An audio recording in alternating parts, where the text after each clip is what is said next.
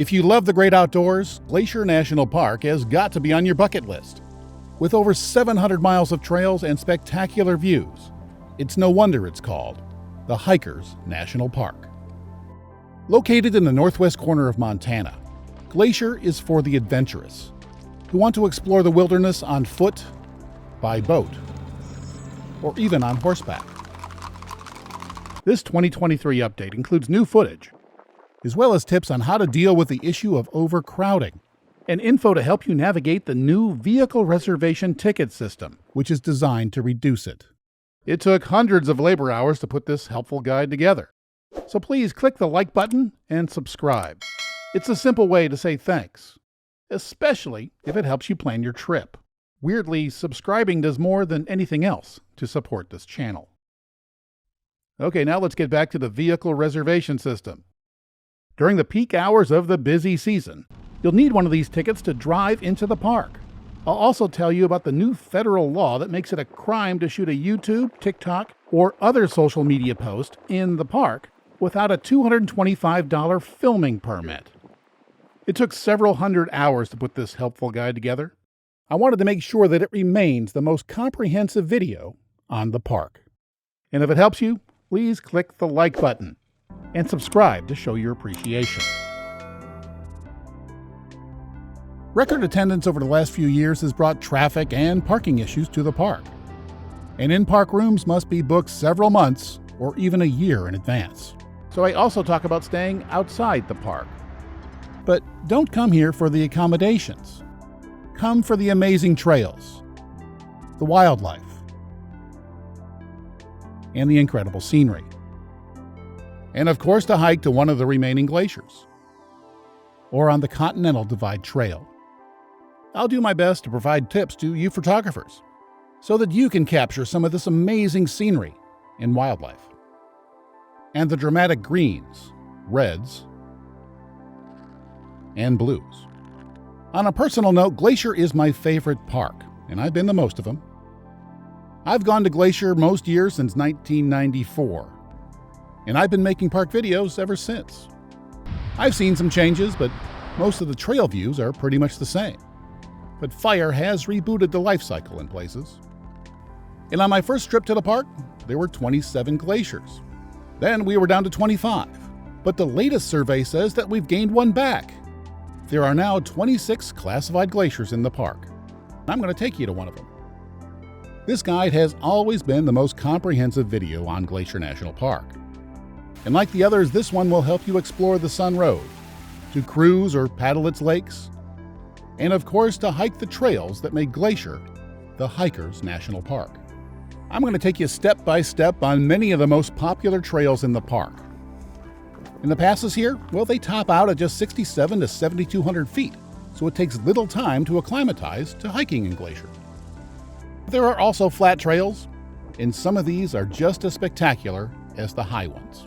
I'll take you on long trails and short ones, past waterfalls, and through incredible valleys. The park has 5, well, I'm going to call them activity areas. And there's another in Canada's Companion Park north of the border. You can download a trail map of each area on the park's website, and you should, even if you're not a hiker. Okay, now here's an intro to each of these areas. Most enter the park here, on the west side near Lake McDonald. It's deeply forested over here, and it also tends to be crowded. There's camping and lodging in the little town site of Apgar, and in the historic Lake McDonald Lodge. And of course there's trails, some of which you can do on a horse. The base elevation here is the lowest in the park, and most trails are well below the 6,000 to 6,900 foot tree line. So they're shaded, which is handy on hot days. Many Glacier is in the northeast part of the park. It's a 2 to 3 hour drive from the west side. It has several beautiful valleys with fantastic trails, and the famous Many Glacier Hotel. It's also my favorite part of the park. There are flat trails with great views, strenuous hikes with great views, and my favorite trail, which ends at a glacier. The North Fork and Goat Haunt map extend to the Canadian border. The North Fork area has many remote finger lakes, which are accessed via rough gravel roads. Goat Hut can only be accessed from a trail or through Canada. The St. Mary map includes trails along the east side of the Sun Road and Logan Pass. Here you'll find easy access to waterfalls near the Sun Road, hikes to high mountain passes, and popular trails at Logan Pass. Two Medicine is 70 miles away in the southeast corner of the park.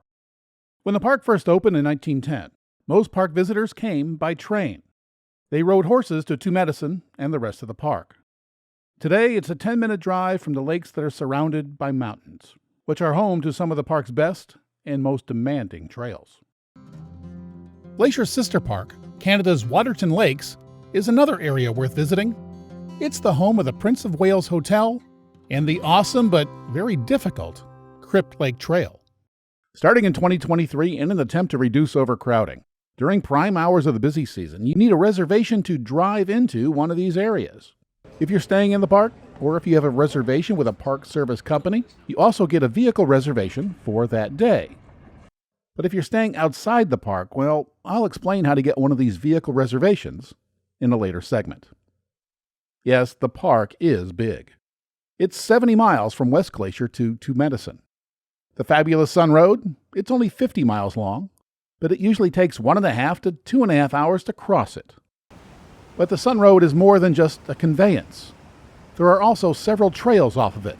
That's why I decided to start off with showing you the Going to the Sun Road and several of the trails that can be accessed from it. And if you're more interested in hiking, you might want to skip this section. Remember, you can skip ahead with chapter marks. You don't have to drive the Sun Road. You can also book a red bus tour in advance. Or you can take a hiker shuttle, though there may be a wait. Most people see the park by driving across one of the most scenic stretches of road in North America. It's called the Going to the Sun Road. We begin our 50-mile journey on the east side, near St. Mary. And if this is your first time, be sure to stop at the Visitor Center. The east side is much drier than the west, and about 1,200 feet higher, at almost 4,500 feet. So there are fewer trees to block the glacier-carved scenery. As we drive west, the road is sandwiched between Two Dog Flats on your right and St. Mary's Lake on the left. A sign on one of the first turnouts points to a very unique mountain. The waters from this small minor peak flow to 3 different oceans: the Pacific, the Atlantic, and the Arctic. The power of ice is plain to see above Two Dog Flats. This is the first of many geological features that I'll point out along the route. Millions of years ago, this land was under the sea. Sediment layers build up over eons. Some of the rock in the park is over 1 billion years old. More recently, several ice ages have come and gone. The last really big glaciers receded 10 to 12,000 years ago. This relatively flat section is excellent wildlife habitat. Shortly after sunrise, large herds of elk come down from the mountains and head towards the lake. Bears and other predators also like to drink from the lake in the morning. Never approach a bear. And don't even think about getting out of your car. It's much safer to see them from the window. At the western edge of the flats is one of my favorite places to stay in the park: Rising Sun. This side of the park is adjacent to the Blackfeet Nation. In fact, this side of the park was leased to the U.S. by the Blackfeet under a treaty that allowed for the formation of the park in 1910. By the way, the full length of the road doesn't usually open until mid to late June, and July openings are not uncommon because of the massive effort required to clear all the snow. And weather tends to close the road by mid-October. Rising Sun is also where you have to show the rangers your vehicle registration ticket. If you don't have one, you'll have to turn around. After this segment, I'll tell you how to get one. From the west, it can take 2 to 3 hours to get here. Luckily, there's a parking and rest area with a bathroom on the lakeside. The picnic area is nicely surrounded by trees. A short path leads to St. Mary Lake. This sign warns that a mountain lion has recently been seen in the area, so you need to be alert. The narrow beach is a nice place to take in the pleasant view, especially early in the morning. And if you're really lucky, you might even spot one of the smaller mammals in the park, like this alpine chipmunk. A little further up the road, there's a parking area for the St. Mary Boat Dock. I've taken this tour at sunset, and it's a good way to close the day. Just around the bend is one of the most photographed locations in Glacier National Park, the Wild Goose Island viewpoint. This is one of my favorite views in the park. I've been here 100 times, and it's always different and beautiful. The view changes throughout the day. At daybreak, it's dramatic. At mid-morning, the mountains are bright, and it's serene.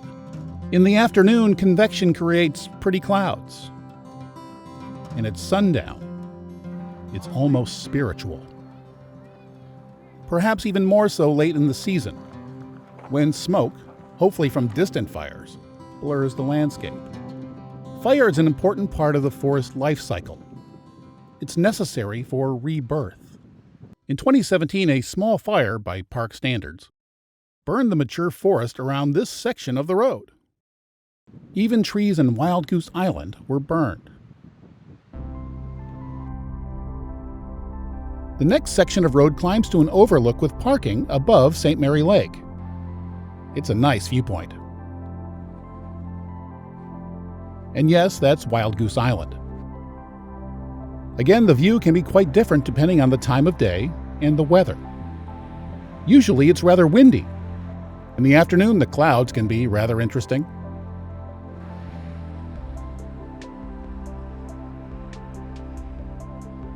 And one day, there was a rainbow. On one rare, calm day, there was a duck that had the whole lake to himself.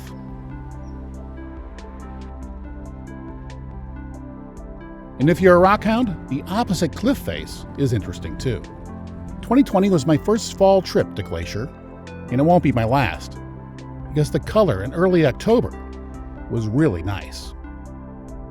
Driving through a burn area will elicit, mixed feelings.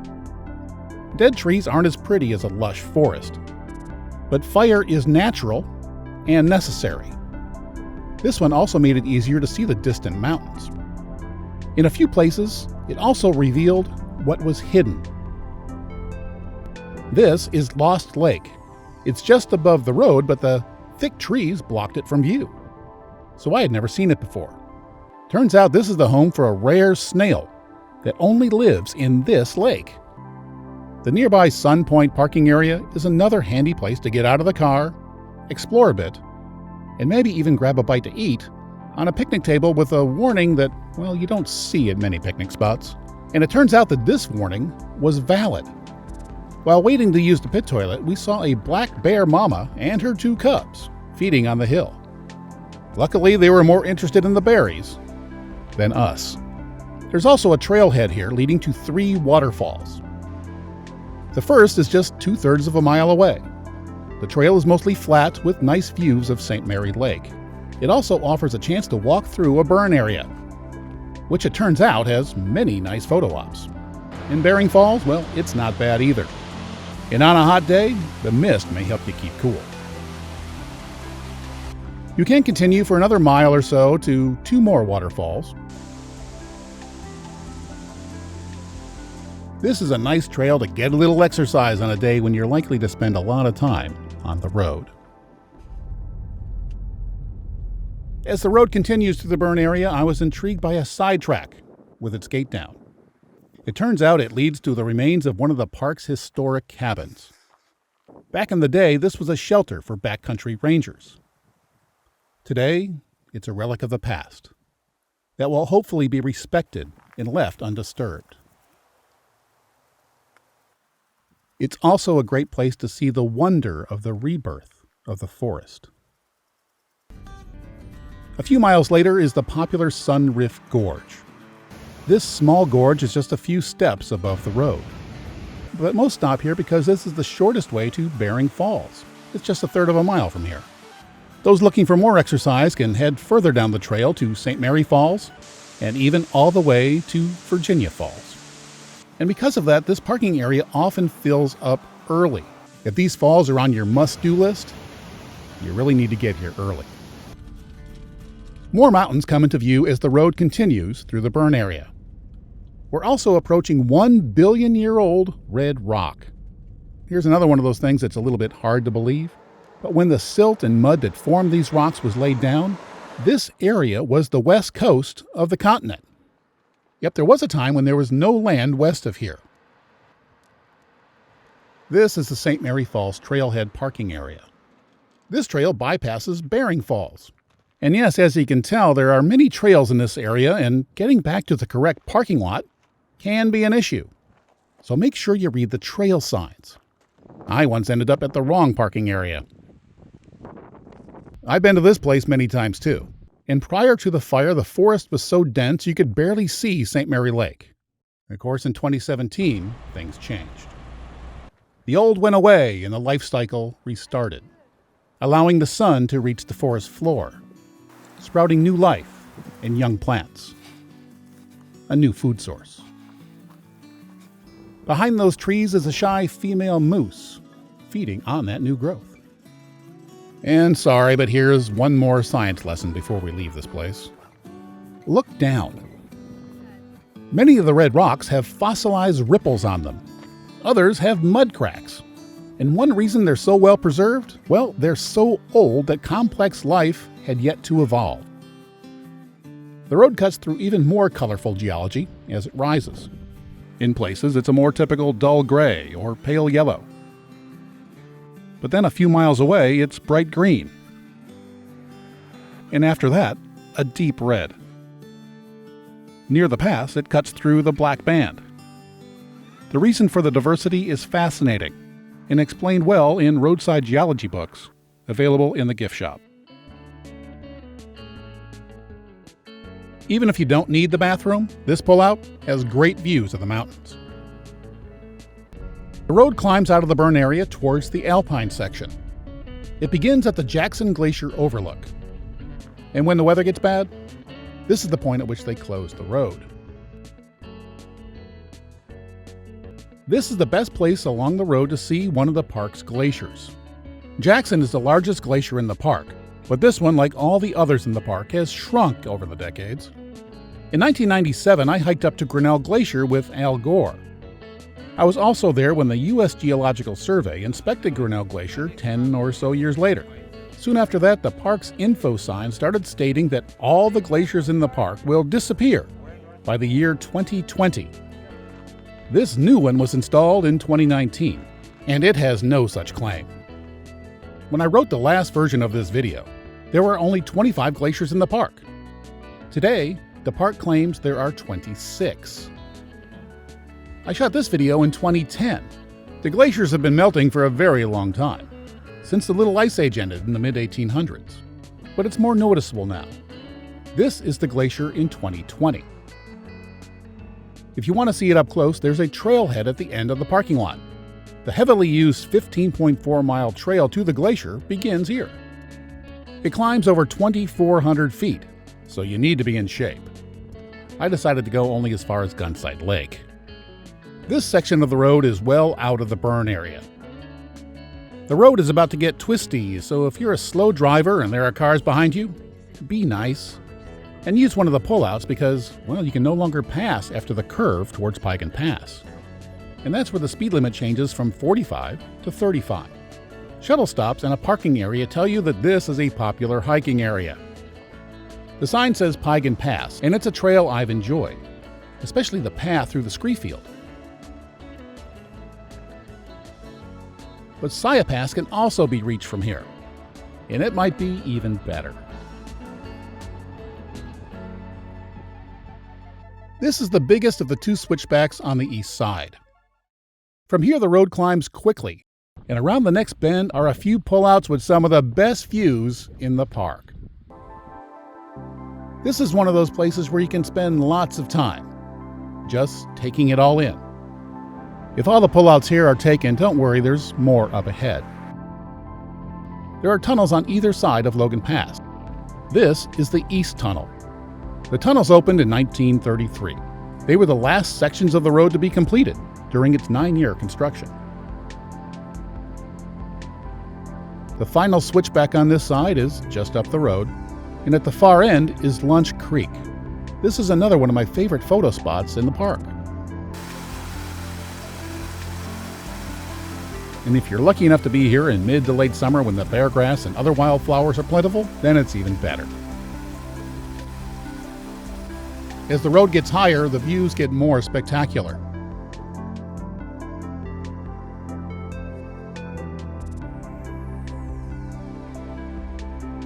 It's very hard to capture the true majesty of the place. As hard as I've tried, I just can't do it justice.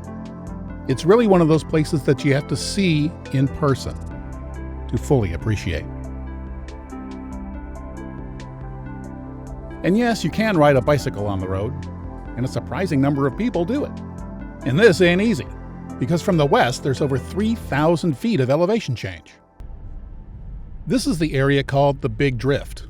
Each spring up to 80 feet of snow collect here. This is Logan Pass. It's the highest part of the road. It's a very popular place, and the parking lot is often full by 8 in the morning.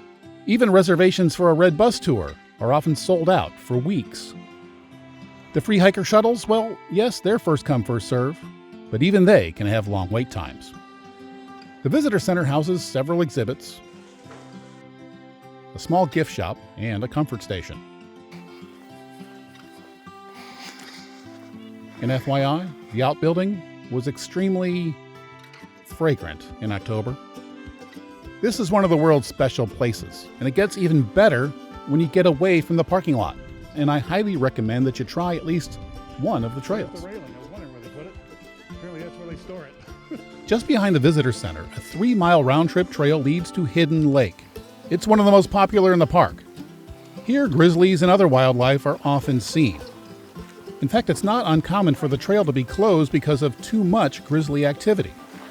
And on most days, there are only goats. This is Hidden Lake from the overlook. On this day, this was as far as I could go because, well, a bear was spotted in the area. One of my favorite trails is just across the road from the summit side. The Highline Trail is part of the Continental Divide Trail that runs from Mexico to Canada. The farthest I've gone is the Many Glacier, and the view from Swiftcurrent Pass is one of my favorites. But you don't have to hike 15 miles to enjoy this trail. Just a 15 to 30-minute walk from the pass is amazing. And anyone in reasonable shape who's not afraid of heights should walk out to the shelf. It takes just 15 or so minutes to get to this view. On the way back, there's a nice view of the mountains and our road. Many people bring their dogs on their trips these days, and dogs are allowed in the park, but they are not allowed on the trails. And they must always be on a short leash. The symbol of the park is bighorn sheep. They can often be seen in or near the parking lot.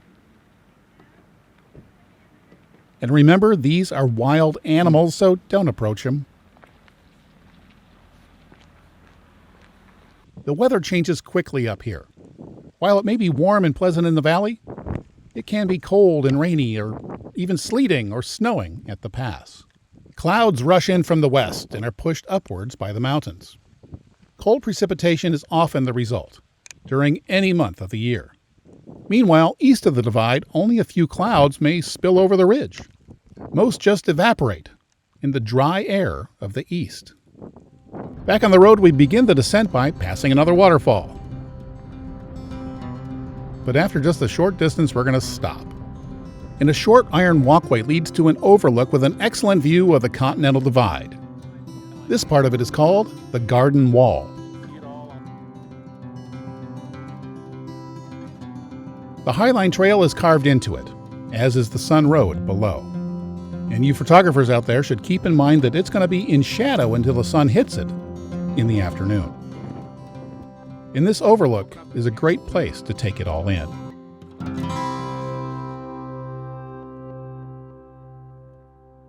The descent is narrow, a bit twisty, and often crowded. Just west of the pass is Bird Woman Falls. It's one of the highest in the park. At 460 feet, it's still dwarfed by the mountains. The entire length of the road has been recently paved, but they're always making improvements, this time to a safety rail. On this road, always expect delays.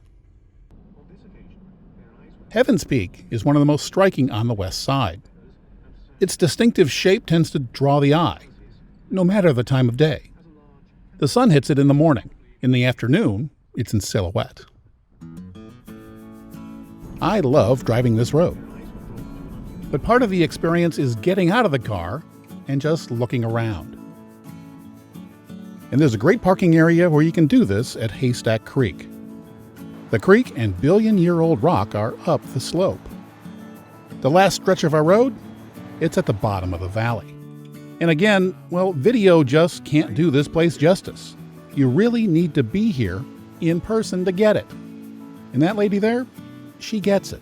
She said it much better, but I wasn't rolling, so I asked her to say it again.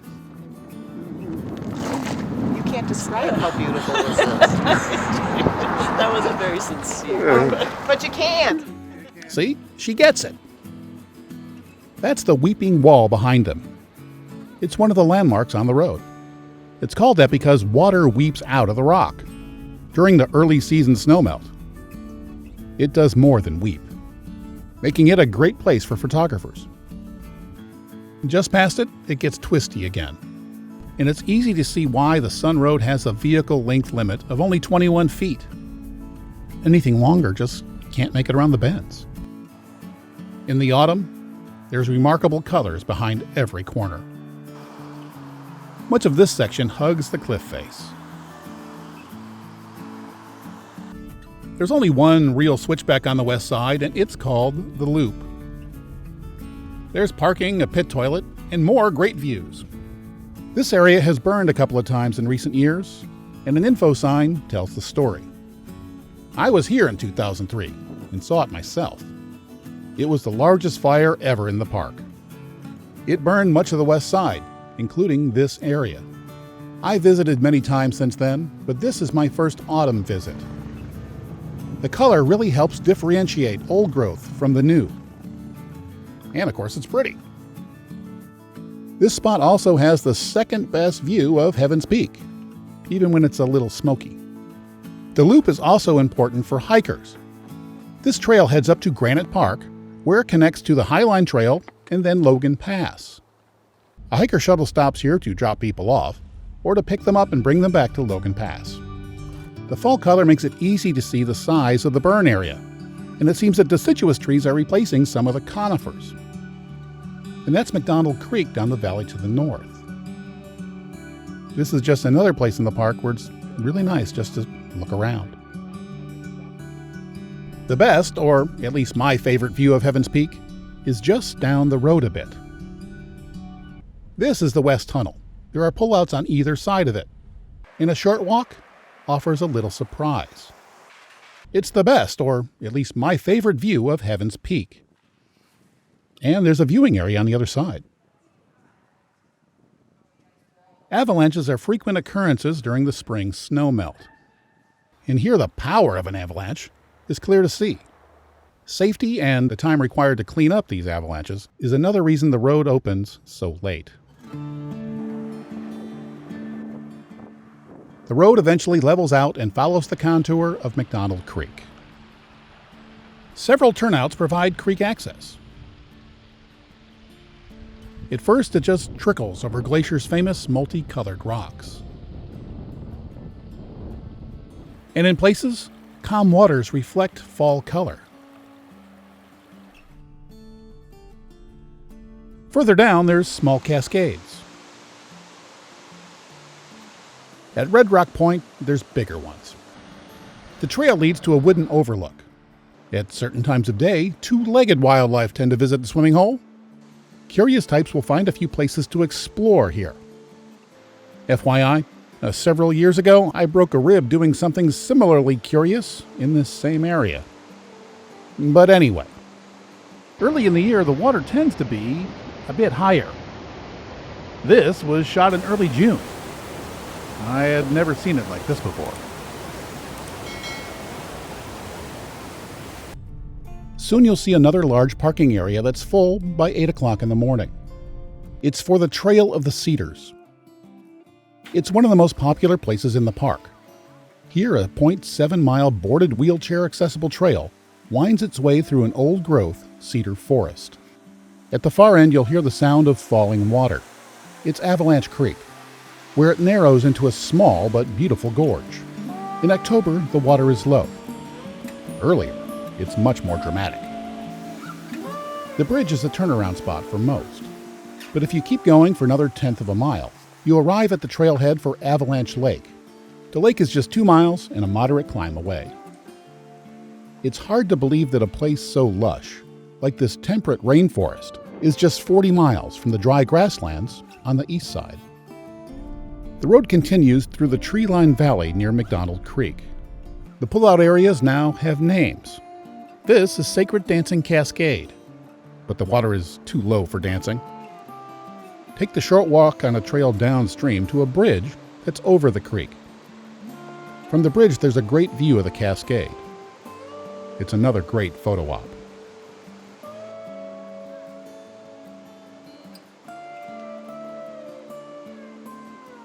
And below the bridge, there's plenty of space for quality family time.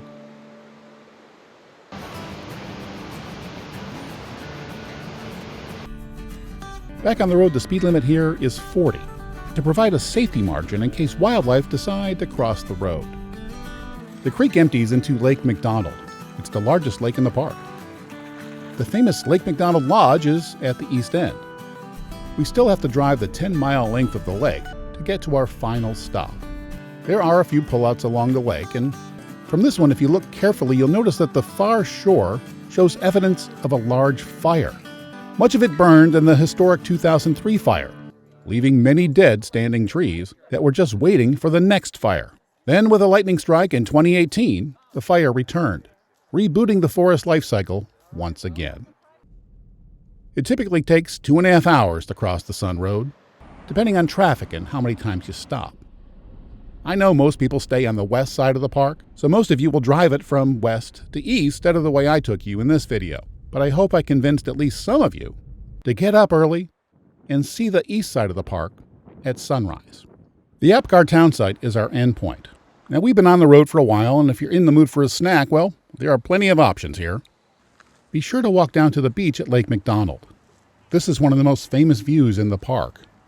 It's best in the afternoon, unless it's smoky like it was this day. Okay, now it's time to wrap this up. I hope you enjoyed our little journey. We started where the grassland prairie meets the mountains. We saw remnants of a glacier that carved them, and the wildlife that call them home.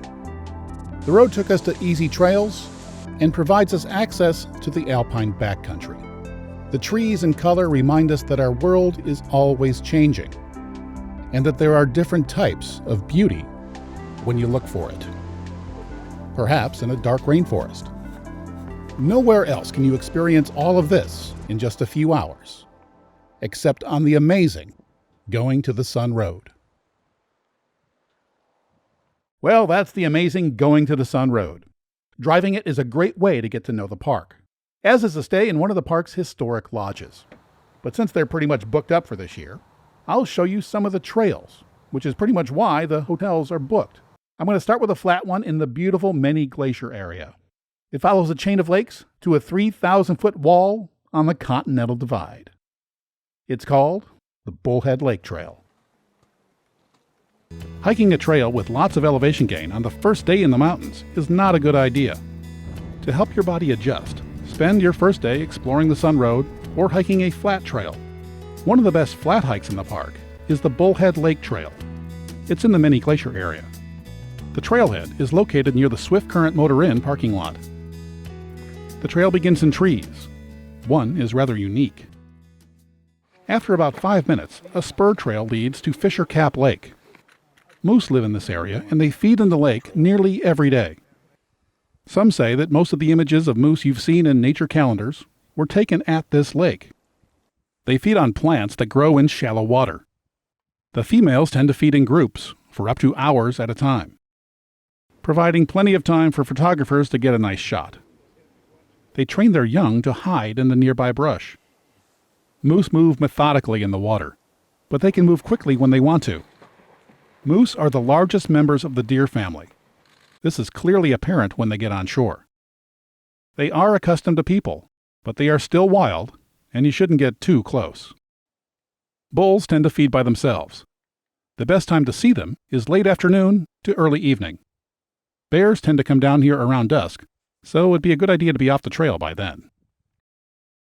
Deer also feed here, near the shore. A few minutes further down the main trail, there's an interesting green rock formation. In places, berries grow along the trail. They are a favorite food of bears. So where there are berries, there eventually will be bears to eat them. Talking, singing, or making any noise that sounds human is a good idea when walking in bear country. About 1.5 miles from the trailhead, you're at the eastern end of Red Rock Lake. It's another 1/3 of a mile to Red Rock Falls. From time to time, the trail heads through trees.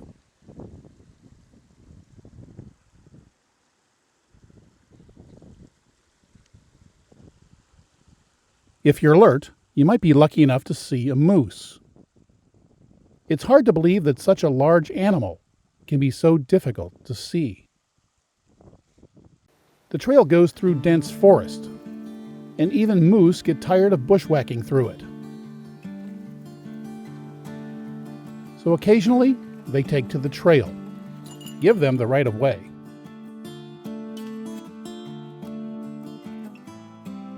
Just before the falls, the geology gets bizarre again.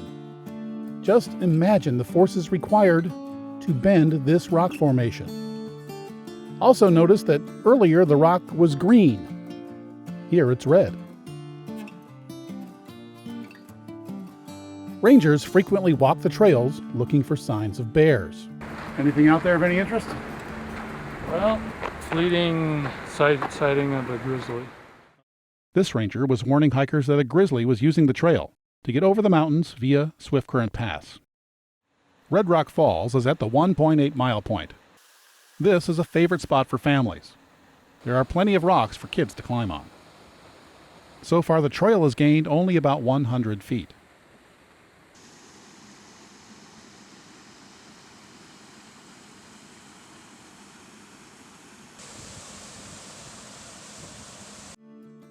It's another spectacular 1.5 miles to Bullhead Lake. The trail gains about 300 feet as it follows Swiftcurrent Creek. The lake appears to be two, but they are connected by a narrow channel. At one point, if you look back, you can see the Many Glacier Hotel. By the way, those are moose tracks in the water.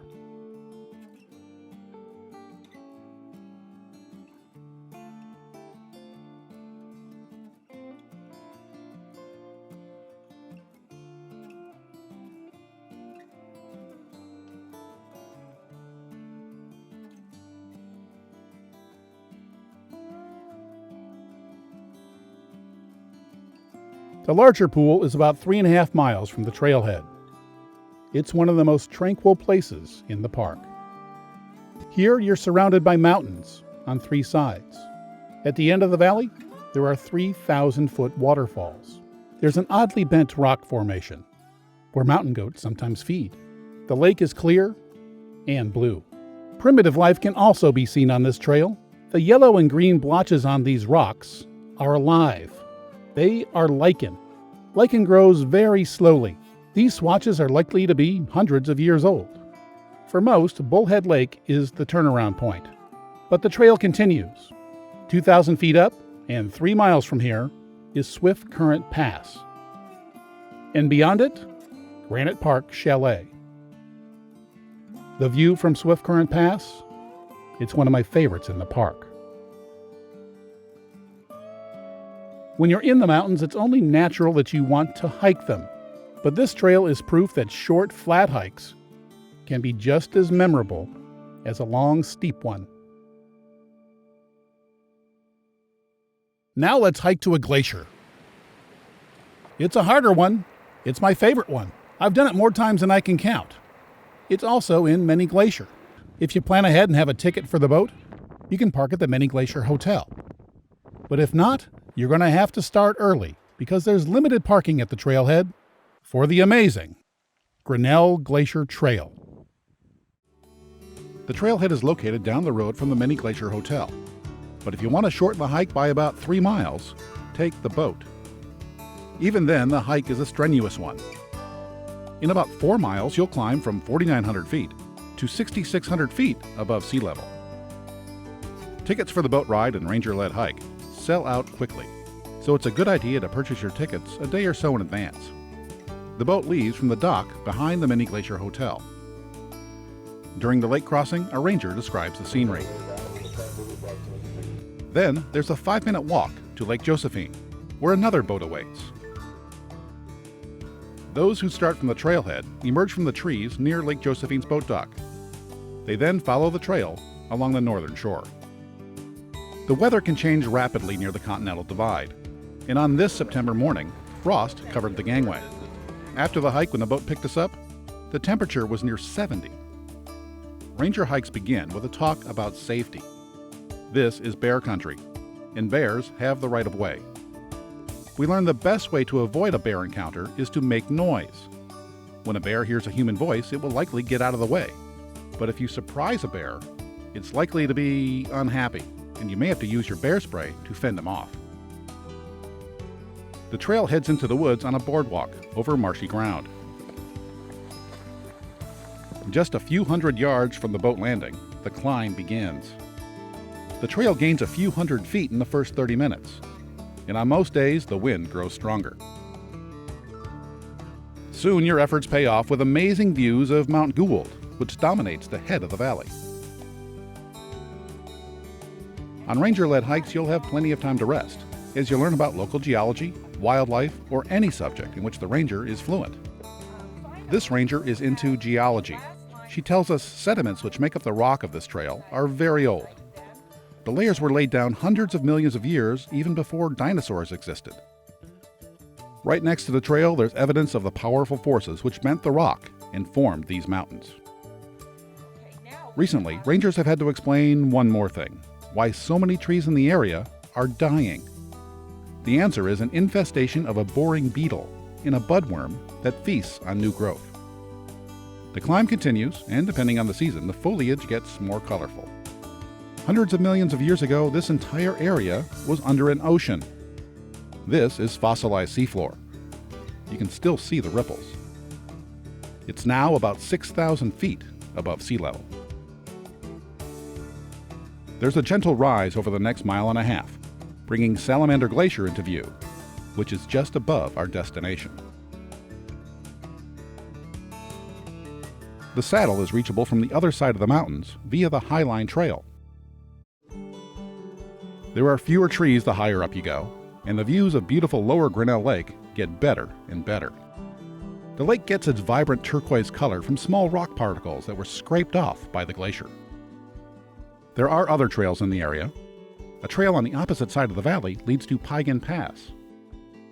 Bears aren't the only mammals on the trail. This little guy will attempt to get your food, but don't let him. In this section, lower Grinnell Lake is a constant welcome companion. The scale of the scenery is hard to capture in a camera. Somewhere on that rock face is the trail. In a few minutes, you're beside another cliff face. In many places, the trail is little more than a narrow shelf carved into the rock. There are a number of waterfalls on the trail, but even in this remote location, parasites may be present, so water must be filtered before drinking.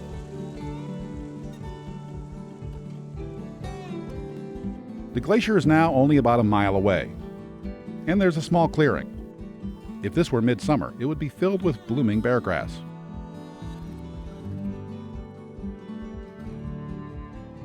After the clearing, it gets steeper. It's a single track, wide enough for only one to pass at a time. Then there's an outcrop that provides one of the best views in the park.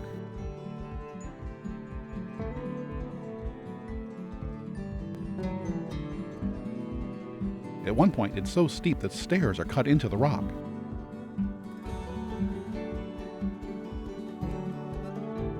Soon, you can hear the waterfall at the end of the valley, and there's another incredible view. Depending on your speed, you've been on the trail for 2 to 3 hours by this point, and you've climbed about 1,200 feet. So you need to be reasonably fit. Or an 8-year-old boy accompanied by his rightfully very proud father. Grinnell Glacier is one of the most studied in the park. This lot is a U.S. Geological Survey team. At times, the trail can be quite narrow. Walking it may look perilous on camera, but it's not. Soon you can hear the waterfall. Eventually, this meltwater will flow all the way to the Arctic Ocean. The trail was built in the early 1900s, but the first explorers bushwhacked their way up here in the 1850s. Back then, the ice extended all the way to the fall. Turn around to see where you've come, and you'll see the U-shaped signature of a glacier-carved valley and a string of aquamarine lakes. The boat dock where we started is at the near end of the second lake. Bears like this part of the trail because it's lined with berries. Ripe thimbleberries actually taste pretty good. Just before the rest area is the best view of the formation called the Angel's Wing. It looks like half the mountain was sheared off, and it was, by a glacier that once filled this valley. The rest area is a large open area with benches and a pit toilet. It's about 0.3 to 0.4 tenths of a mile from the top of the trail. The hardest part of the hike is still to come, so this is a good place to stop, rest, have lunch, and maybe add a layer of clothing. Bighorn sheep frequently graze in the nearby meadow. This video was shot on a different day. If you're lucky enough to see a bighorn, remember that they are wild and unpredictable. The hike up the moraine to the Grinnell Glacier overlook is steep. It rises almost 400 feet, and for many, it's the most strenuous part of the trail. When you're at the top, 4 miles from the boat dock, you may be tired, but the views are well worth the effort.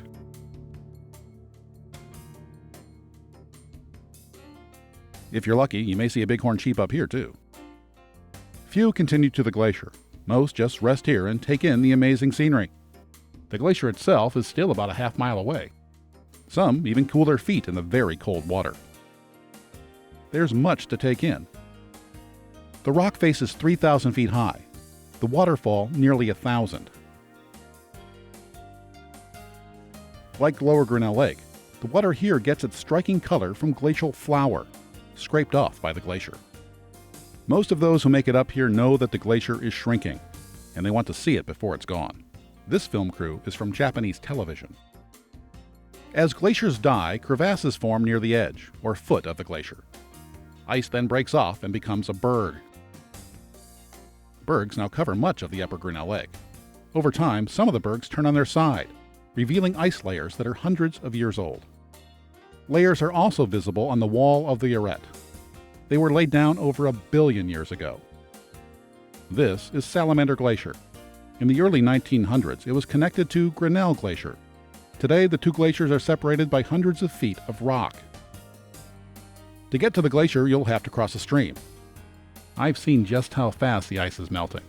When I was here in 1995, the glacier was about 500 feet longer than it is today. Back then, there were still small ice caves, and the rangers were giving tours on the ice. The ice is now thin and flat. In fact, it's far too thin to walk on safely. Glacier melt isn't always bad news. In the 1930s, ice covered this spot. When it melted, it revealed 1.4 billion, that's with a B, year-old fossils of what was once the Earth's dominant species. These are stromatolite fossils. These humble algae colonies are responsible for giving the Earth its breathable oxygen.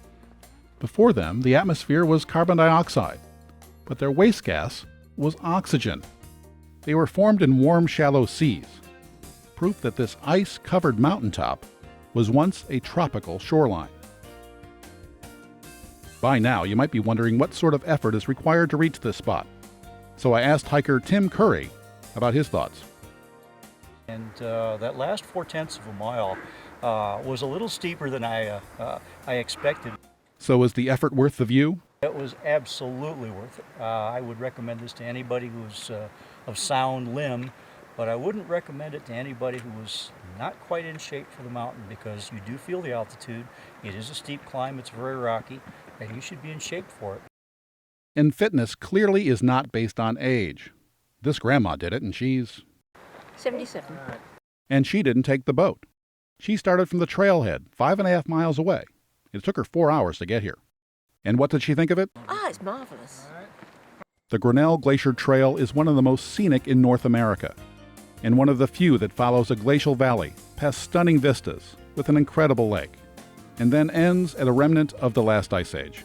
This is more than a beautiful place. It's also a great place to learn something about geology, the earliest forms of life, and climate change. So when you're in Glacier National Park, if you do only one hike, the Grinnell Glacier Trail is the one to do.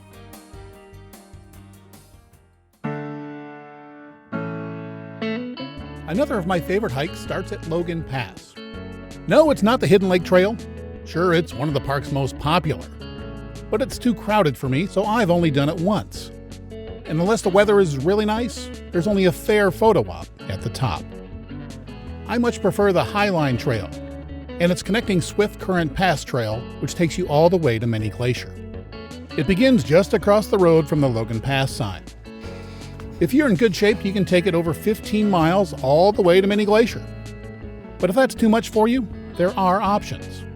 You can take it just 11.8 miles down to the Loop on the Sun Road. Or you can take it for just over 2 miles to a place I call my lunch spot. This short option has spectacular views, and because it's out and back, you don't have to arrange for transportation back to Logan Pass. I do at least one of these variations every single time I'm in the park. These days, parking at the pass is usually full by, well, just after sunrise. Even in October, I got there about 7:30 in the morning, and I was lucky enough to nab one of the last 3 parking spots. So if you're going to do this one, you might want to book a red bus tour a couple of months in advance, or be prepared to wait in line for a hiker shuttle. In this segment, I'm going to take you all the way down to Many Glacier. We'll traverse the famous shelf, walk along the garden wall, and take a break at my lunch spot, where we'll meet some goats.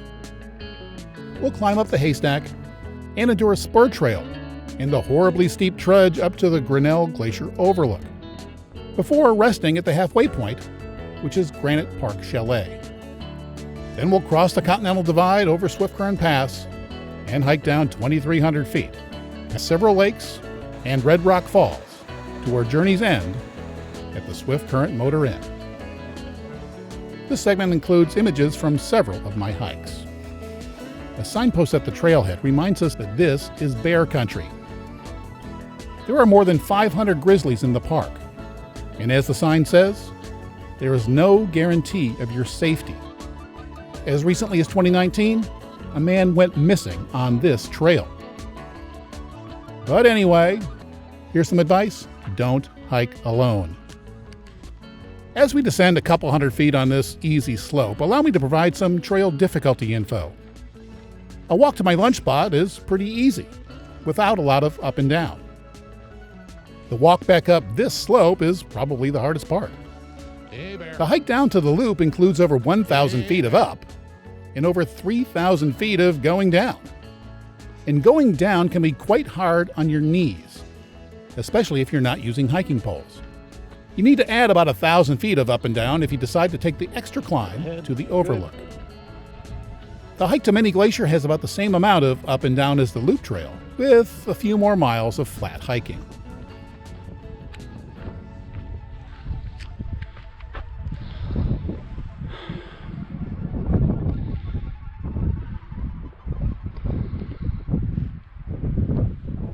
This is the shelf. It was blasted into the several thousand-foot high garden wall. It's so narrow that you have to stop to let other hikers pass.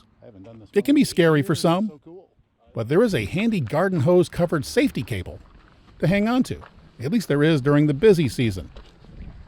On this early October morning, it had already been stowed for the season. A little later in the morning, there is more sun on the trail and in the valley. And early on, the Sun Road is still within earshot. The cliff face is massive, but it's not until you get off the shelf and look back that you see just how big it is. But it's the view across the valley where you're most likely going to be looking.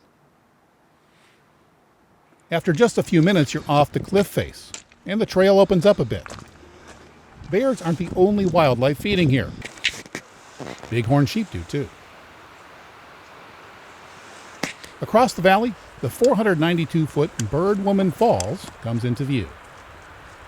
The trail cuts across the safety of a scree field.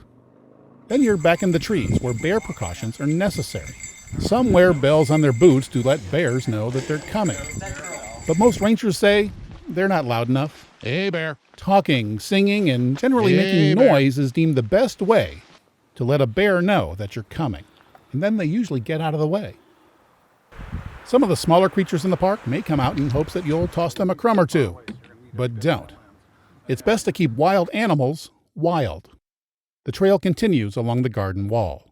And by now, you can no longer hear the traffic. It's only natural to spend most of your time looking down the trail. But the view up is also impressive. This is a place where you're truly surrounded by the magnificence of Mother Nature. At this point, we're only about an hour out from Logan Pass. It's been a pretty easy stroll. And if you're not going the whole way, remember you can turn around at any point. You never know what you're going to see on the Highline Trail. Here a mountain goat family grazes next to the trail. These goats may seem cute and docile, and most of the time they are. Like all wild animals, they are unpredictable, and it's best to keep your distance. This part of the trail is pretty flat and open, with fantastic views of the mountains on the other side of the valley. At a little over the 2-mile point, there's another grove of trees, beyond which there's a right turn onto another shelf that's been carved into the cliff face. This is my lunch spot. And if you don't have the time or the energy to do an entire trail, this is a great turnaround point. I call it my lunch spot because there are shelves carved into the cliff face. They make an excellent picnic spot. Even if you're continuing on, they're a great place to take in the McDonald Valley while resting up for the 275-foot climb up to the haystack. This is also a great place to interact with other trail users. Most are friendly, but some will insist that you get out of their way. When you see hikers heading the opposite way, it's a good idea to ask them if they've seen anything interesting. One time, a couple told me there were bighorn sheep grazing in the clearing just a few hundred yards down the trail. Bighorn sheep are the symbol of the park, and it's a treat to see just one. And sometimes you're lucky enough to see several of them doing what bighorn do. The open space and lush grass attract grazers, as well as their predators. On another hike, I nearly captured a grizzly hunting a mountain goat. It was a mama and her 2 cubs were nearby. Grazers think it's safer to be on rocky ledges, but seconds before I shot this video, this bear was chasing a goat. Bears are omnivores. That means they'll eat just about anything. They also can be territorial. This mama bear has cubs, and when she finds an area with plenty of berries, she'll defend it for her family. Luckily, these bears were about 1,000 feet above the trail, but they can run at 35 miles an hour, and I was glad it didn't start heading my way, because you need to remember that you're miles from the nearest road and hours away from any medical help. I was happy to see that they didn't come any closer. Luckily, this bear was just checking us out. The climb to the haystack is up a 275-foot switchback. It only takes a few minutes to climb it. There's a little saddle up here, with a great view of the McDonald Valley. The ground is littered with rocks. Some of them are quite large. It's pretty close to the Continental Divide. The rocks either rolled down, but more than likely they were dropped by a glacier. This is a long hike, and except for the first time I did it, well, I didn't shoot any video on this part of the trail. So I'm going to have to go to Google Earth, as the trail follows the contours of the garden wall. For about the next 3 miles, the views are pretty much like this. Stunning. And there is evidence of past forest fires. For about the next 3 miles, we're paralleling the Continental Divide. Trees become more plentiful as we near the halfway point. After the trail takes a turn, there's a welcome sight in the distance. That's Granite Park. It's our halfway point. This signpost is a spur trail to the Grinnell Glacier overlook. It's almost a mile long and goes up almost 1,000 feet. I went up there the time I did the shorter loop version of this trail. The slog up was brutal for me, but I made it, and I was able to peek over the Continental Divide to Grinnell Glacier. I quickly went back down, and I was quite happy to rest for a while at Granite Chalet. Weirdly, you can buy snacks here, and they're not even overpriced. These buildings were built in 1914 and 15 by the Great Northern Railroad as a lodging site for their customers. You can still stay up here, though reservations are quite hard to get, and they're very basic. You even have to bring your own bedding. But I'm told the nights up here are close to magical. You'll have the opportunity to talk to several of your fellow hikers here, perhaps about how they're going to get back to their cars if they're only taking a one-way trip. After a brief respite, it's time to leave the Highline Trail and head over Swiftcurrent Pass. A few trails meet here, so read the signs to make sure you don't take the wrong one, so you don't end up at the Swiftcurrent Overlook. A chalet stay makes these viewpoint hikes much easier. The trail up to the pass is a bit rockier than I remembered. It also has about 500 to 600 feet of up that I forgot about. It's just the kind of place where you might see bighorn. And I did. After about 3/4 of a mile, I'm at the highest point of the day. It's about 7,200 feet at the pass. And I was feeling it. From here, the trail drops 2,300 feet, most of it in the first 2 miles. If you're new to hiking, you may be surprised to learn that going downhill is harder on the joints. I'll use some of the old footage to illustrate. That was very close, hurt my right knee. It was steep, rocky, and perhaps due to my painful knee, well, I was in need of a, psychological boost. Well, that's what I came to see. This view. And I was tired. Didn't expect that last bit of up, 500 feet or so of up. But the view is beginning to be there, and I can't wait to get a little further down the road. Feeling better, heart rate's getting back down to 125. Nice cool breeze in my back. Sunny, it's a good day. After 9 miles, I'm coming up to the view I've come to see. It's amazing. I'm at over 7,000 feet, looking 2,000 feet down a valley that was carved by a glacier 12,000 years ago, leaving a chain of beautiful lakes. In addition, I can faintly hear the sound of 3,000-foot waterfalls. This is a special place. There is no other way to see this. You have to hike here.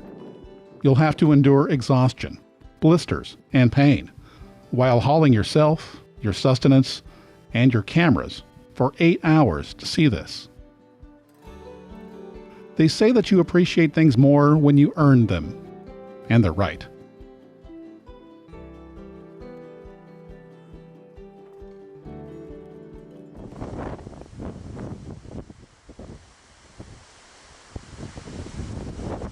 After crossing yet another shelf, you're close to the falls.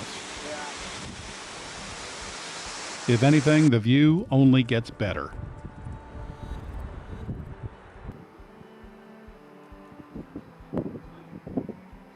It's a magnificent The falls begin at a melting glacier.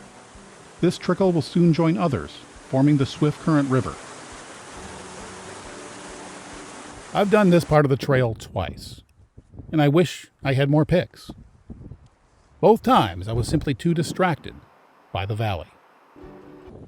This trail, like other alpine trails, are only open a few months a year, because the rest of the time they're covered in snow. This was shot in mid-July, and it was almost impassable. When I came around the corner, I saw this guy resting in the shade of the cliff. His buddies went up to the lookout. Knowing your limits is important out here.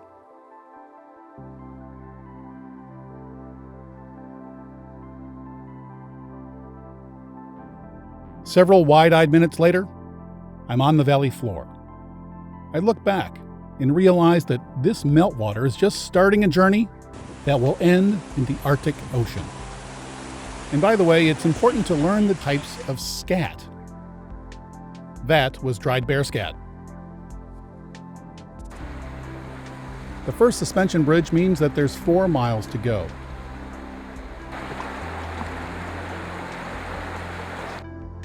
And yes, this part of the trail is the same one we were on earlier when we went to Bullhead Lake.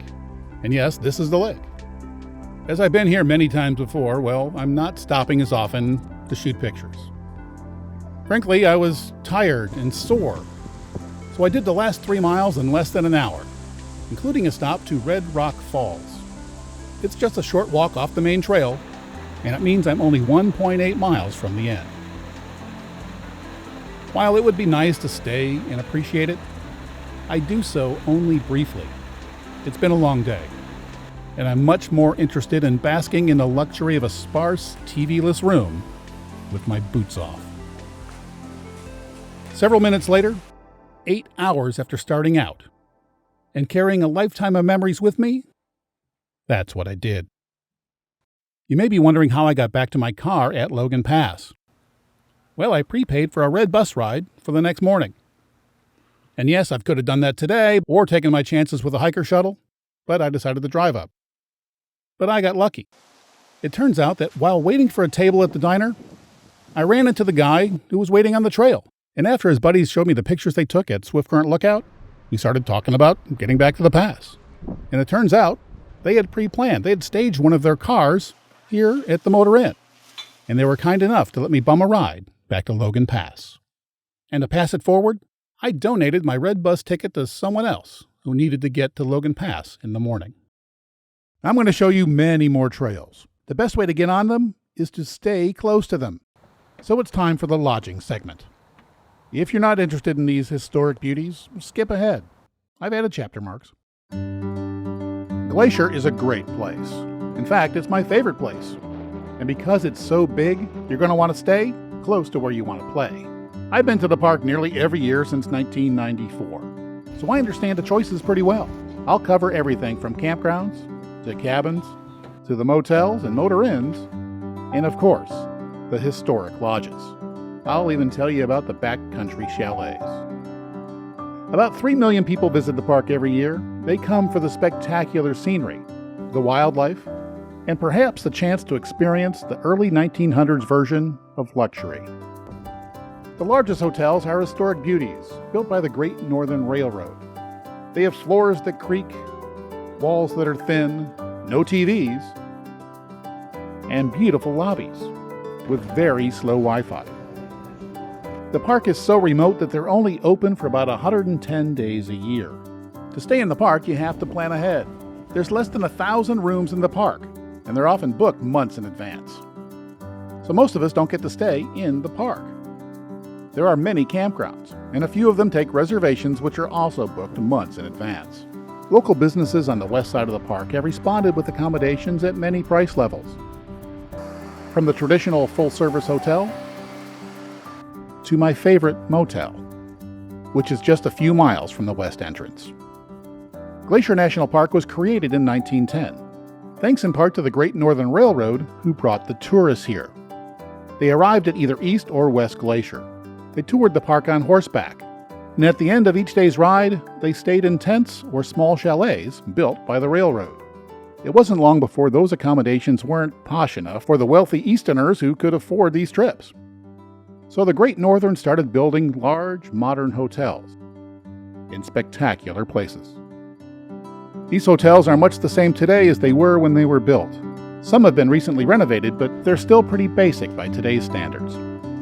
If you're expecting to find features and amenities that you would find at any major city hotel costing this much, well, you're going to be disappointed. Here there is no air conditioning, and few other modern conveniences that isolate you from the wonder that surrounds you. Wi-Fi is available, but only in the lobbies. You should also expect your cell phone not to work, unless you're in Apgar or near St. Mary. The historic lodges are located in the most popular parts of the park. And remember I said that Glacier is big.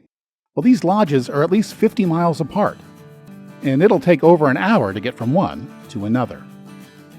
I'm going to start at the beginning, which is a pretty good place to start.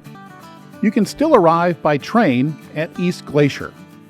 Red buses provide tours, and there's a shuttle bus service to the rest of the park.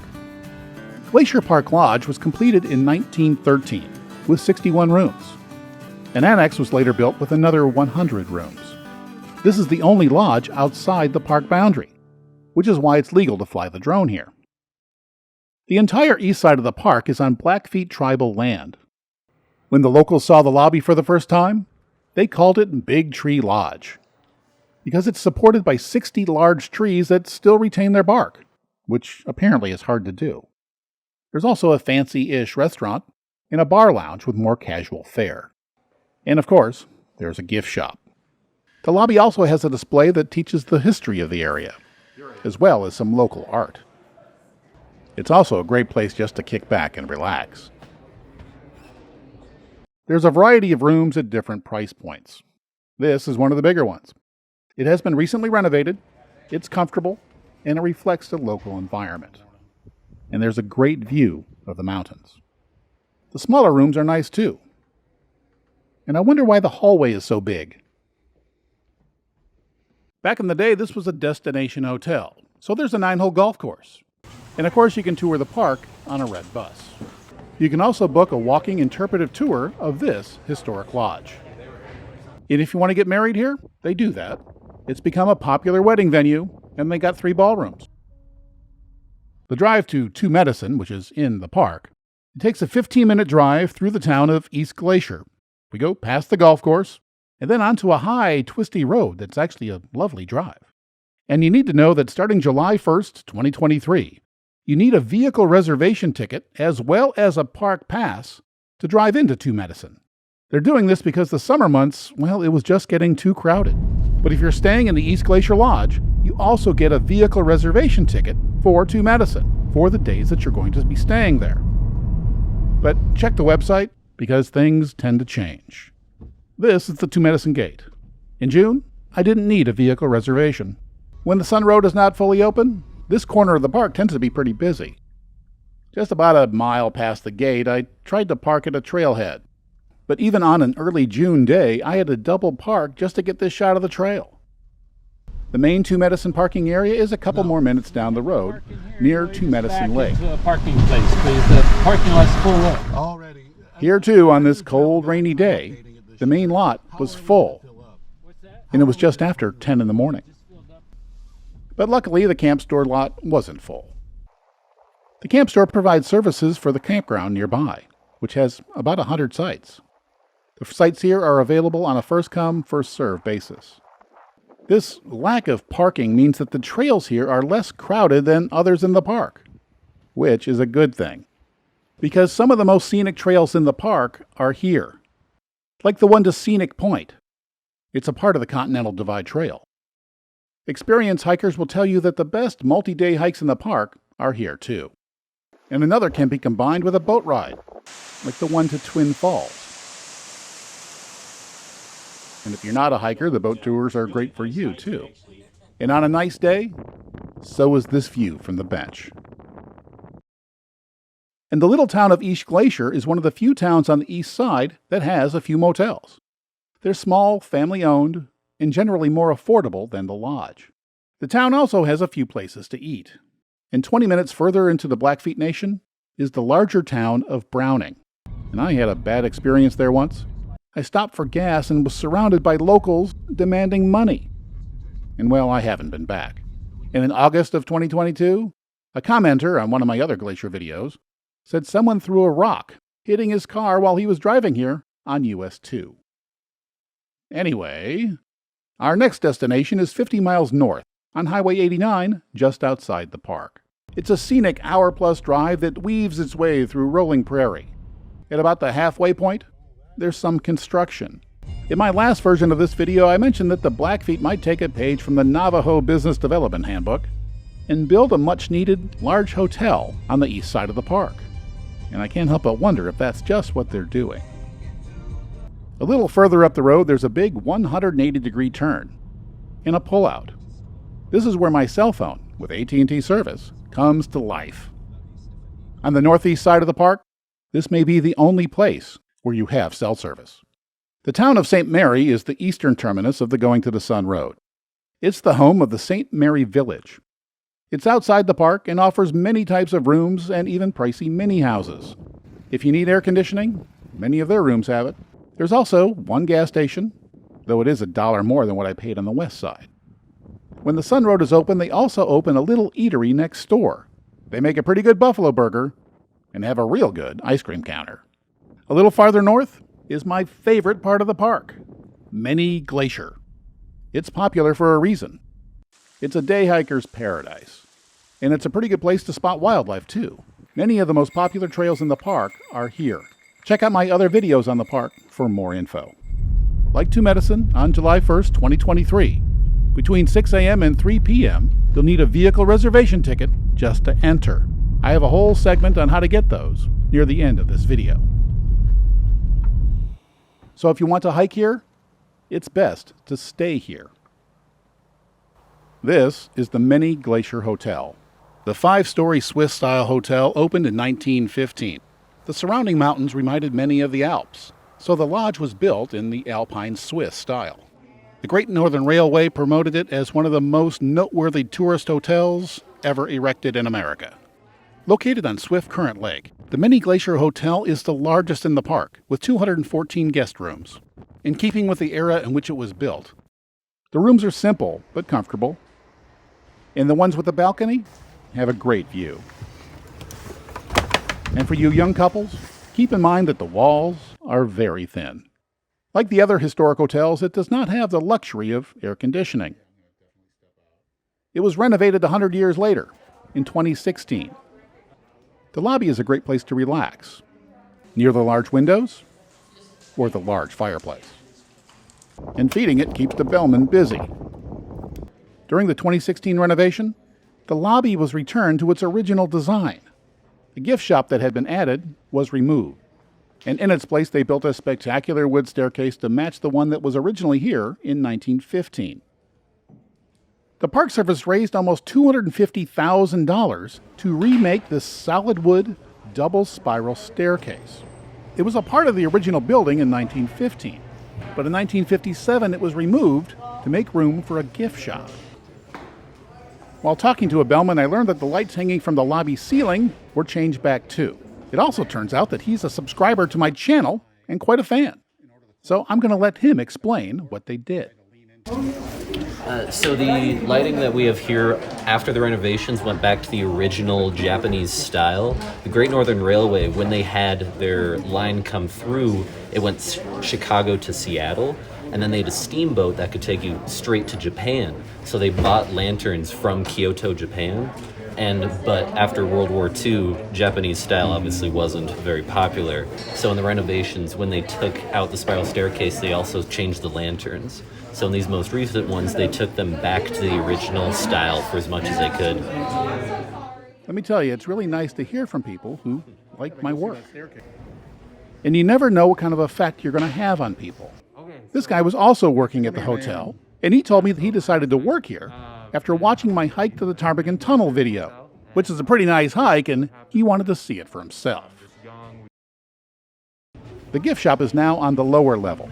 There's also a snack bar / convenience store called Heidi's down there. Those supply shortages kept the shelves pretty empty on my last visit. The lower level also provides access to the rocky Swiftcurrent Lake shore.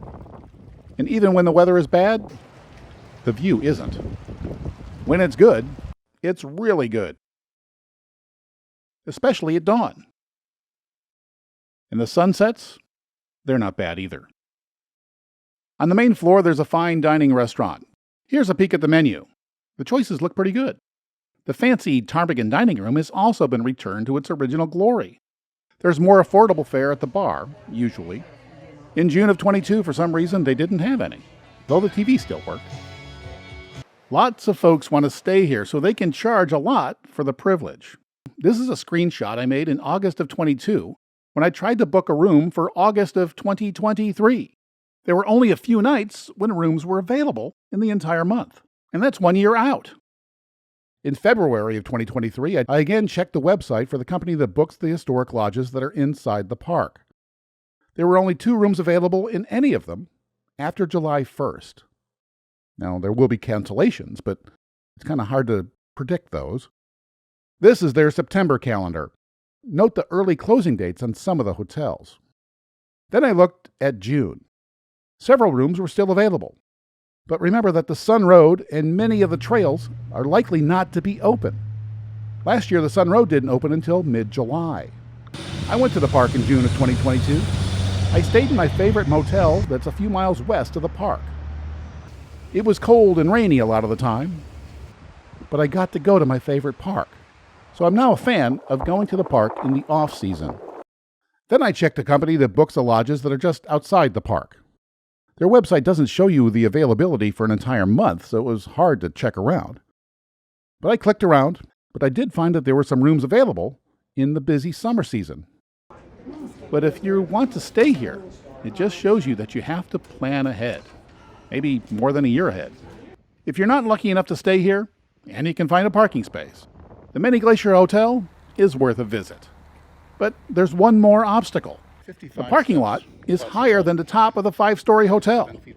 The view from up here is pretty good, but remember you have to get back up it. I counted 55 steps, plus this little slope. So if you're staying here, you might want to load and unload your car down at door level. If you don't need the big lobby and you're really here just for hiking, you may want to stay about a mile down the road at the Swiftcurrent Motor Inn and Cabins. This is my favorite place to stay. The Motor Inn's rooms are larger than the standard rooms in the hotel, and you can park near your door, which makes for an easy load in and load out for me. And many trailheads are literally just a few feet away. And the rooms here fill up quickly, and it's been years since I've been able to book a room here. You'd think they might comp me one for giving them so much business, but anyway. I've also stayed in the cabins several times, and they are very basic. Most have just one bed, and some don't even have a bathroom or hot water. They might be too basic for you, so be sure to ask for what they include. For example, is there hot water? There are some 2-bedroom cabins, and they do have bathrooms and hot water. But when you're here to do some hiking, what more do you really need? Public bathrooms and showers are just a few yards away, near the public laundry. There's another little building here they call the Motel Pine Top. It has small rooms and thin walls. When I stayed here, I got bed bugs. But I'm sure they solved that problem by now. Across the parking lot is the Many Glacier Campground. It's one of the most popular in the park. 40 of the 103 sites can be reserved at recreation.gov. The rest are first come, first served. And both RVs and tents are allowed, unless there's a lot of bear activity. Then only hard-sided campers are allowed. The lobby of the Motor Inn is functional. It adjoins a diner. After a name change, it's now called Nell's. It's moderately priced and reasonably tasty. I've eaten here a lot, and for me, it's pretty good hiking fuel. And pizza is a popular item, though picky people may not find gluten-free crust. The camp store is opposite the diner. It's well equipped with reasonably priced sandwiches and other packaged food, and also has some supplies, like bear spray. But more importantly, they have huckleberry soft serve ice cream. Even if you're not a hiker, there's much to do in Many Glacier. You can take a trail ride to Cracker Lake. It's the bluest in the park. Every night in the Swiftcurrent parking lot, there's a wildlife spotting party. A ranger points a spotting scope to the slopes on either side of the valley. This is a great way to see bears, safely from a distance. This is as close as my 600mm lens could get. If there aren't any bears, you might see bighorn sheep or mountain goats. Mountain goats are particularly fond of the ledges on the opposite slope. This is also a great place to see wildlife without a scope. If you're coming here to see bears, this is one place to see them. The Iceberg Lake Trail is often closed because of too much bear activity, and moose are common in a nearby lake. And I was once lucky enough to see a porcupine. The lake the moose feed in is Fisher Cap Lake. It's just a short walk from the Swiftcurrent lobby down this path. The moose go to the lake to feed, and they tend to do so most evenings around dinner time. But it's important to remember that this is not Disneyland. Sometimes we encounter bears on their search for berries. It's important to remember that this is the wildlife's home. We are the intruders. If you want to see what happens with a mama bear and her cubs around a trail, Watch the Iceberg Lake segment of my long hiker video on my channel. We were lucky. On my first visit to the park, a man on the same trail wasn't. He was badly mauled. At the end of the parking lot, near the campground, there are informative ranger programs. I've heard many of these, and well, they're always interesting. And, the rangers also give talks in the Many Glacier Hotel, often with a slideshow. During the day, there are boat tours on Swiftcurrent Lake and nearby Lake Josephine. Canoes and kayaks can be rented, but if you bring your own, it has to be inspected for zebra mussels before you can put it in the water. Don't be responsible for contaminating this pristine water. If photography is your thing, then you gotta love Many Glacier. Sunrise in front of the Many Glacier Hotel is one of the best you will ever see. And seeing things like this is one of the best reasons to stay in the park. I took all of these images in Many Glacier. The park's other historic lodge is on the busier west side of the park. It's at the eastern end of the largest lake in the park, Lake McDonald. Lake McDonald Lodge is also in the Swiss style, but it wasn't built by the Great Northern. It was built by a local to compete with the Great Northern's East Side hotels. Its 3.5 stories were finished in 1914 as the Lewis Glacier Hotel. In 1957, the name was changed. Out back, there are 18 rentable cottages with a lake view. The real entrance, the original entrance, is on the lakeside. The first visitors got here by boat because the road wasn't built yet. And that explains why this entry is so small. It's really the back door. The lobby is smaller than the others, but it's still a nice space. A large fireplace covers one wall. The lodge has only 82 rooms, but there are those 18 cottages. In a short distance away, there's also a motor inn. Like the others, this can be a pretty pricey place to stay, and the restaurant caters to those who can afford to stay here. There's also a bar with a few food items. I've never stayed here, mostly because there aren't any trails just outside the door. But it's another place where you are able to get on a horse and do a trail ride. This is more of a place for the tour bus crowd. If you're not going to do any hiking, this just might be the best place to stay. There's still one more hotel to tell you about. It's just north of the border. In 1932, Glacier and Canada's Waterton National Park teamed up to form the first international peace park. It's here where the Great Northern Railroad built the Prince of Wales Hotel, in an amazing spot. This hotel has a spot of British sophistication, including high tea. Lake Waterton straddles the U.S.-Canada border.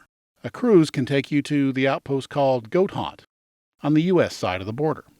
Other water activities are available on Lake Cameron, about 20 minutes away. Even if you don't stay here, the setting of the hotel is one that you soon won't forget. Well, that's all of Glacier's historic hotels, and a couple of their nearby motor inns. There are 2 more motor inns. They're at either end of the Going to the Sun Road. The Apgar Village Inn is on the west side, and Rising Sun is on the east. We're going to start 10 miles west of the Lake McDonald Lodge, where a few buildings make up the town site of Apgar. The Apgar Village Inn is on the west shore of Lake McDonald. It's the only place where you can get a room this close to a lake. Another advantage to staying here is that you're in a little walkable town with shops, cafes, and other services. You can rent a kayak, an e-bike, or even a can of bear spray here. You can also book a horseback ride or a rafting trip. And for the kids, in nearby West Glacier, you'll find a hatchet and matches store with a fine example of vertical integration, because they sell first aid kits too. Did I say that with enough sarcasm? Anyway, the small town feel is probably one reason the Apgar Village Inn is already fully booked for most of 2023. Of course, it can also be because this is the view from the rooms. And they have little kitchens too, so you can save money on meals. The Apgar Village Inn has a lot to offer, but to stay here, you have to plan way in advance. You'll have to grab one of the rooms as soon as they are released on the website. There's also a campground. It's the largest in the park, and one of only 5 that take reservations. And the only way to book them is on the recreation.gov website. The campground has trees that provide tent and RV campers with shade and some privacy. There's potable water, flush toilets, and showers.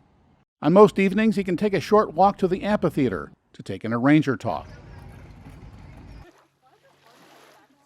And now, let's talk about the sunsets. A lucky few get to see them from their door. The rest of us are lucky enough to see them from the lake shore. It's one of those rare communal moments when everybody just stares in silence. A little later, it's a great place to stargaze. Yes, that's the Milky Way. And if you're really lucky, you may even see the Northern Lights. If possible, the pre-dawn and sunrise is even better.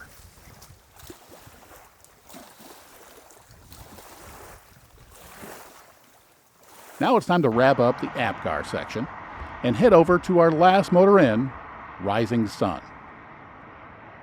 The Rising Sun Motor Inn is 4 miles from the east entrance of the Going to the Sun Road. It's very close to St. Mary Lake, which is very nice in the morning. There's a reason they call it Rising Sun. The way the light hits the mountains here is spectacular. You can also take a boat tour on St. Mary Lake. The ticket office is just down the hill. The rooms and cabins are similar to those found at Swiftcurrent. They are simple, basic, and comfortable.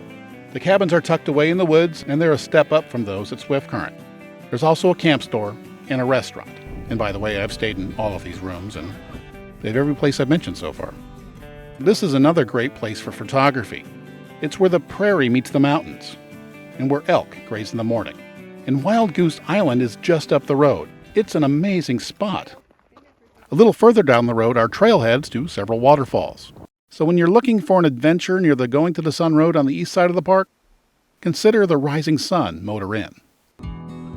I like to visit the park around Labor Day, but late in the year, forest fires are much more likely to affect your trip. In 2015, 17, and 18, fires canceled my trips. The one in 2018 was really bad. Several cabins and privately owned residences around the eastern shore of Lake McDonald were destroyed, and the Lake McDonald Lodge was closed for the season. Fires don't have to be in the park to cause a problem. Several of my trips have been affected by smoke from fires that were hundreds of miles away. In early October of 2020, this was my view of Lake McDonald. Luckily, the wind direction changed the next day, but smoke still obscured the scenery, so my pictures were not as pretty as usual. Before I tell you about the backcountry chalets, I need to mention the classic hotel that's in Glacier's sister park, Canada's Waterton Lakes National Park. In 1932, these parks were united to form the first international peace park. It's here where the Great Northern built the Prince of Wales Hotel in a pretty good spot. As the name suggests, the hotel features British charm, with a high tea served daily. The hotel overlooks the town site of Waterton. There are a number of other hotels and tourist services in the town. The lake straddles the U.S. and Canada border. A cruise can take you to trailheads along the shore, and to the U.S. side's tiny outpost called Goat Haunt, if it's open. Other water activities are available on Lake Cameron, about 20 minutes away. Hikers have several options depending on your ability. The fittest should do the Crypt Lake Trail. It's a tough one, but amazing.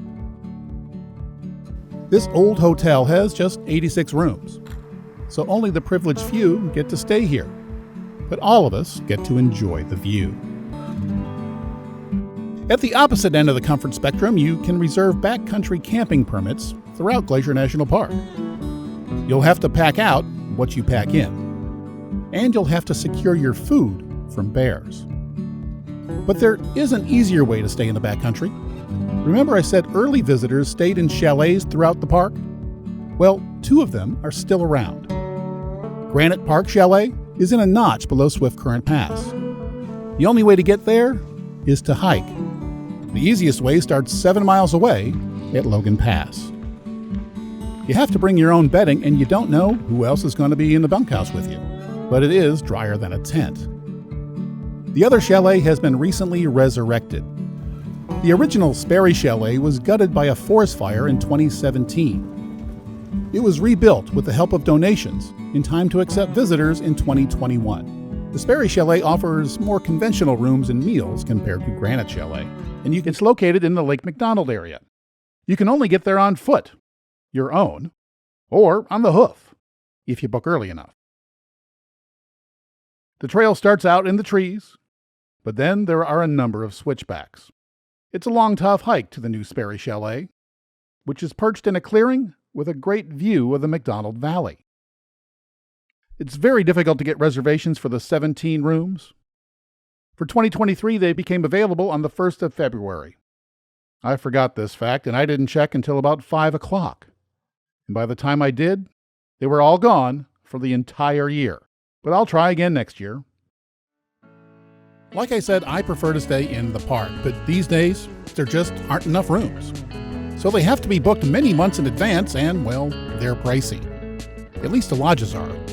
And I'm sure I'm not the only one who can't always plan months or even a year in advance. So most visitors have to stay outside the park. Last fall, I had COVID-induced cabin fever. Less than 48 hours later, I was in my favorite place. It was early October, and everything in the park was closed. So I had to stay outside the park. I know that's what most glacier visitors do, but for me, it was something I've hardly ever done. But with the overcrowding issues, it's likely to be the only way I'll be able to visit the park in the future. And after my recent experience, I'm not going to mind as much, because I found a great little place that's just 10 miles from the West Park entrance. But before I tell you about it, let's talk about the other options outside the park. Most of the rooms are in towns west of the park, not far from the airport. There's Hungry Horse, Columbia Falls, Whitefish. They all have nice hotels, and of course so does Kalispell, which is the largest town in the area, and it's where the airport is. If you're traveling with kids, you might want to check out the Flathead Lake area. I've already talked about the limited options on the east side of the park. And for the year of COVID, well, I couldn't have gone there anyway because it was all closed. But in the future, it wouldn't surprise me if the Blackfeet take advantage of the need for more rooms on the east side. They just might do what the Navajo have done in Monument Valley. They just might build and run their own hotel. And by the way, there are RV parks and campgrounds on both sides of the park. Well, anyway, back to my trip. I conducted my search with Google Maps. I didn't use a travel site because those corporations take 15 to 20% of the booking, and that's a lot for a small business. Because I have so much equipment, I prefer to stay on the first floor of places where I can back right up to my room. It makes unloading and loading much easier. So I wasn't looking for a big hotel.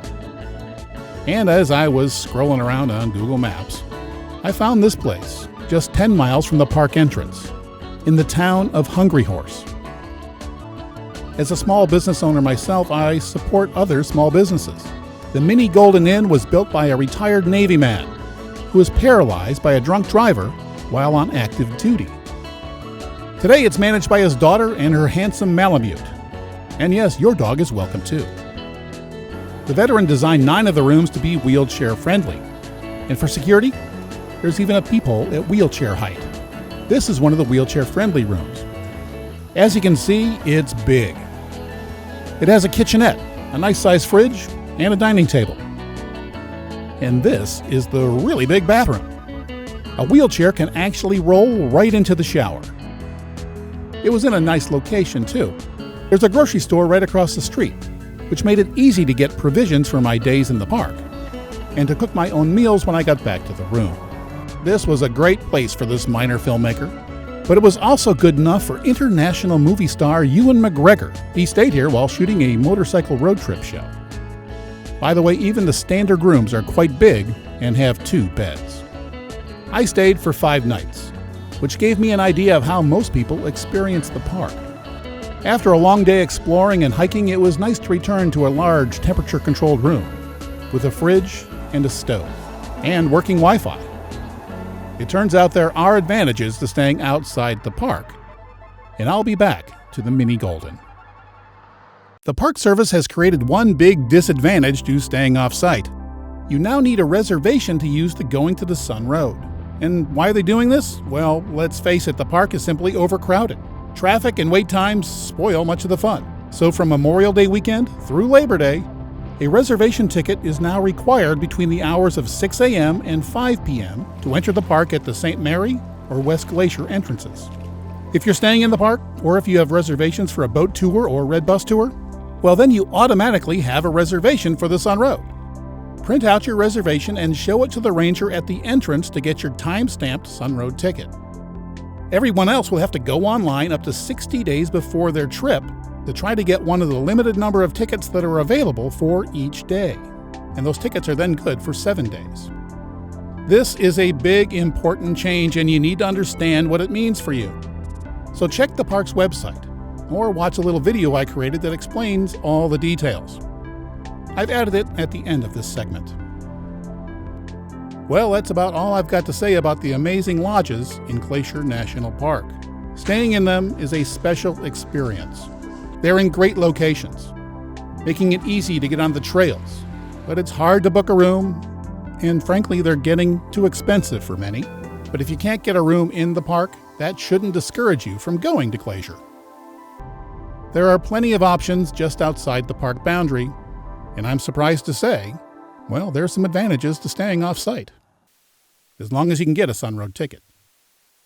Our next trail begins just a few yards from where the last one ended, in the Swiftcurrent Motor Inn parking lot.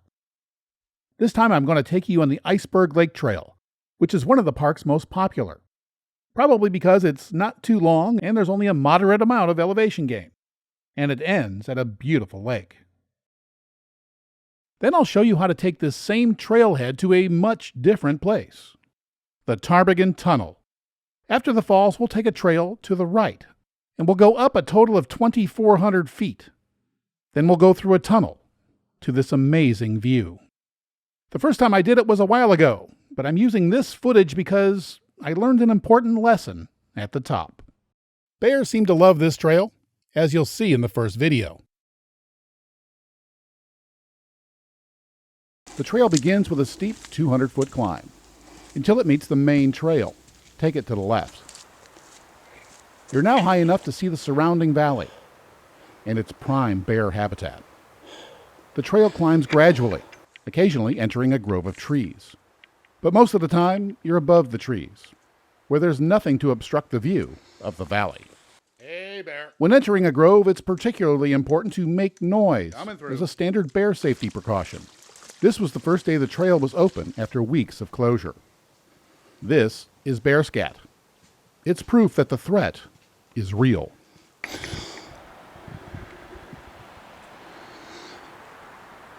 It takes less than an hour and a half to hike the 2.5 miles with 700 feet of elevation gain to get to Ptarmigan Falls. They aren't much to look at when the water is low, as it was on this September day, but there's plenty of room to sit and have a snack. It's also a great place to meet your fellow hikers. This couple is from Massachusetts. They hope to see some wildlife. Where Susie finally got to see a grizzly. That was her goal. She wanted to see a grizzly.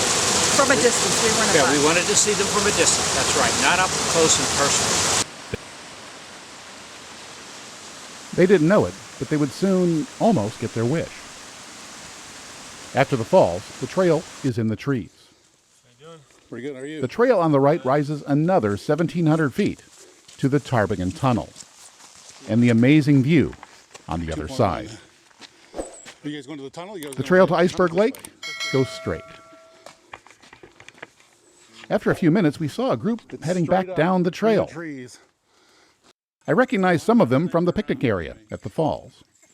Why were they heading back so rapidly? Some were nervously smiling. None would stop to tell me. I joined the retreat. Eventually, I did learn that a mama bear and 2 cubs were also using the trail. One hiker took these pictures and some video with a little point-and-shoot camera. Usually, bears will try to avoid humans. These blocked the trail and headed towards them. They got quite close. This is potentially a very dangerous situation. They were very lucky. The mama was only interested in teaching her kids how to find and eat berries. I and others had bear spray, but none of us wanted to have to use it. After several minutes of backtracking, we saw another group coming. The lady in orange is a trail tour guide, leading a group from the Boston area. We all felt that she knew best how to handle the situation. Then someone came up and said he saw the bears leave the trail and go up the hill. So we decided we could continue, but we did so as one large group. There is safety in numbers. Secretly, I'm sure all of us were checking out the others in the group, trying to determine who was the slowest, while at the same time hoping that an old joke wouldn't come true. 15 minutes later, in a clearing, one hiker showed us her photos of the bear. She was quite close to it.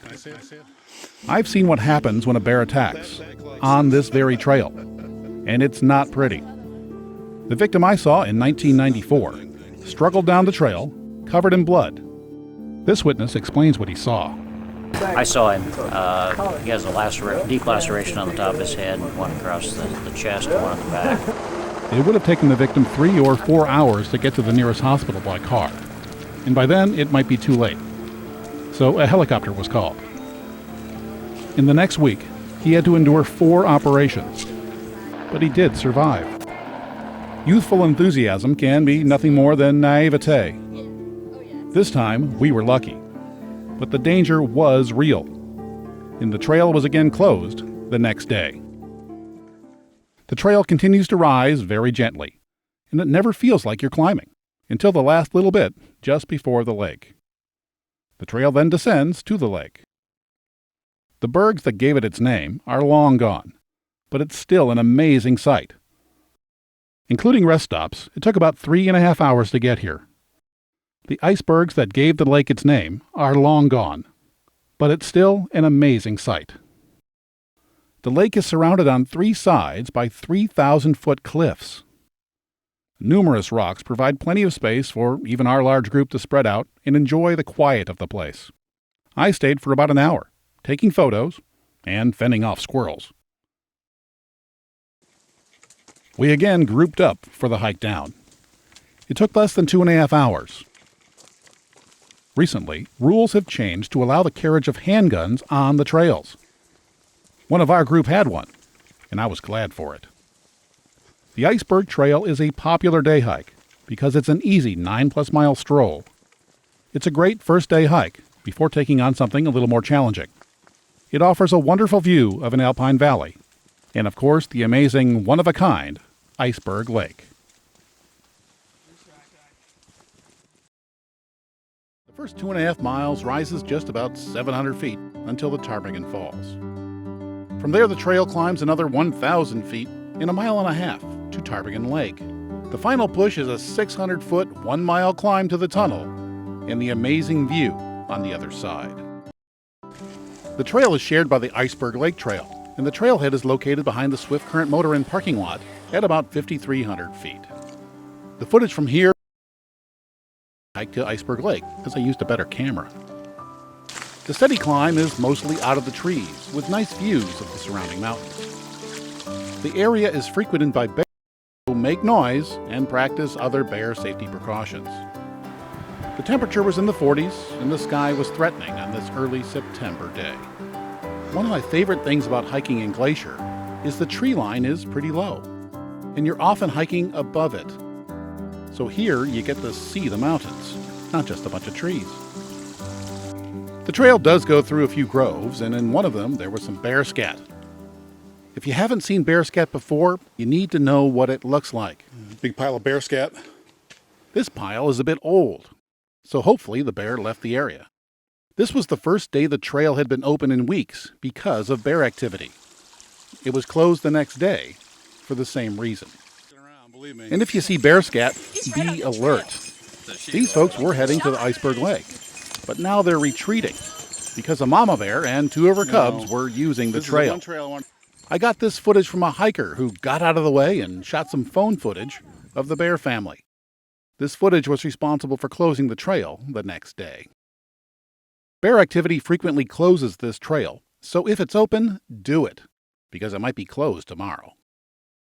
The bears were seen heading safely into the woods, so the group turned around again and headed back to Iceberg. The first leg of the trail ends at Ptarmigan Falls, and here they are. And in case you're wondering how long it took a 50-year-old man to get there, Ptarmigan Falls took 1 hour and 2 minutes or so to get here. Well, the falls are nice, but not spectacular, especially when the water is this low. But it's a good place to have a snack and rest before the steepest part of the trail. Not far from the bridge, there's a side trail with a signpost pointing to the Ptarmigan Tunnel. The Ptarmigan Trail goes to the right and up the slope. And I knew this was going to be a tough hike. It's 2,300 feet up from the trailhead. So on this leg of the journey, I decided to take the lightest camera I owned at the time. It wasn't a very good camera, so I shot some stills too. The weather kept changing, and while there were clearings, much of the trail is in dense forest, which makes it easier to surprise a bear.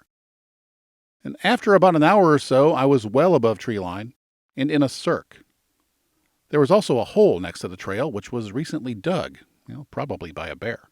Here's some of the bad video of the cirque in Ptarmigan Lake. Miles away. It was drizzling and getting colder, and one reason I'm showing you this shot is just to point out how quickly cameras have gotten better. The camera used here isn't that old, but it uses an obsolete technology called videotape. Today, cell phones have much better cameras. And the switchbacks may look like they're cut into a sheer cliff wall, but they weren't too bad. It took only 20 minutes to climb the remaining 600 vertical feet to the tunnel. Here are my first impressions. Okay, 2 hours, 48 minutes. Heart rate 119. It was 140, so I'm coming up this hill. Last bit is 600 feet of up. There's the switchbacks in the trails. Not fun. Started out 5.2 miles that way. Started raining at the bottom of the lake, or halfway up the lake. There's the tunnel. It's cold, it's raining. It's cold, it's raining, I'm here. Tired. But the view's not bad. It's not bad. I'm not sure it's worth all this effort, but I've finally been here and I've done it. My disappointment wouldn't last for long. This is the tunnel.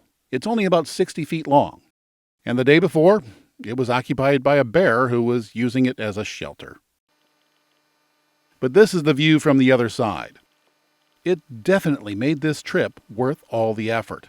The rapidly changing weather was a bit unnerving, but it made for very dramatic and impressive images. To the right you see red rock that was laid down in a shallow sea millions of years ago, and that's Elizabeth Lake in the valley. There were a few other hikers up there, and we discussed the situation. While I was talking to one of them, I looked down, straight down. Then I quickly snapped several pictures, and it's a good thing I did, because a few minutes later, the clouds had moved in, and visibility dropped to near zero. It was time to start thinking about getting back down safely. I took in the view for a while, but once the view had gone, there was no reason to stay. It was time to start thinking about heading down. They said a cold front was coming through. I don't think it was coming through till tomorrow.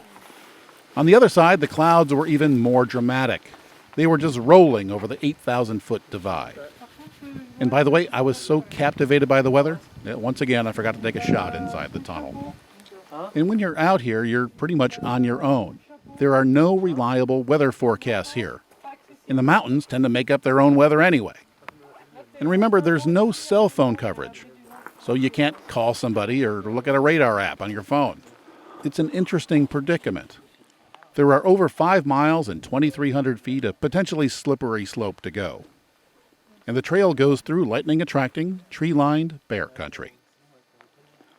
It's impossible to know whether it's better to wait or to go, so I just enjoy the uniqueness of the experience.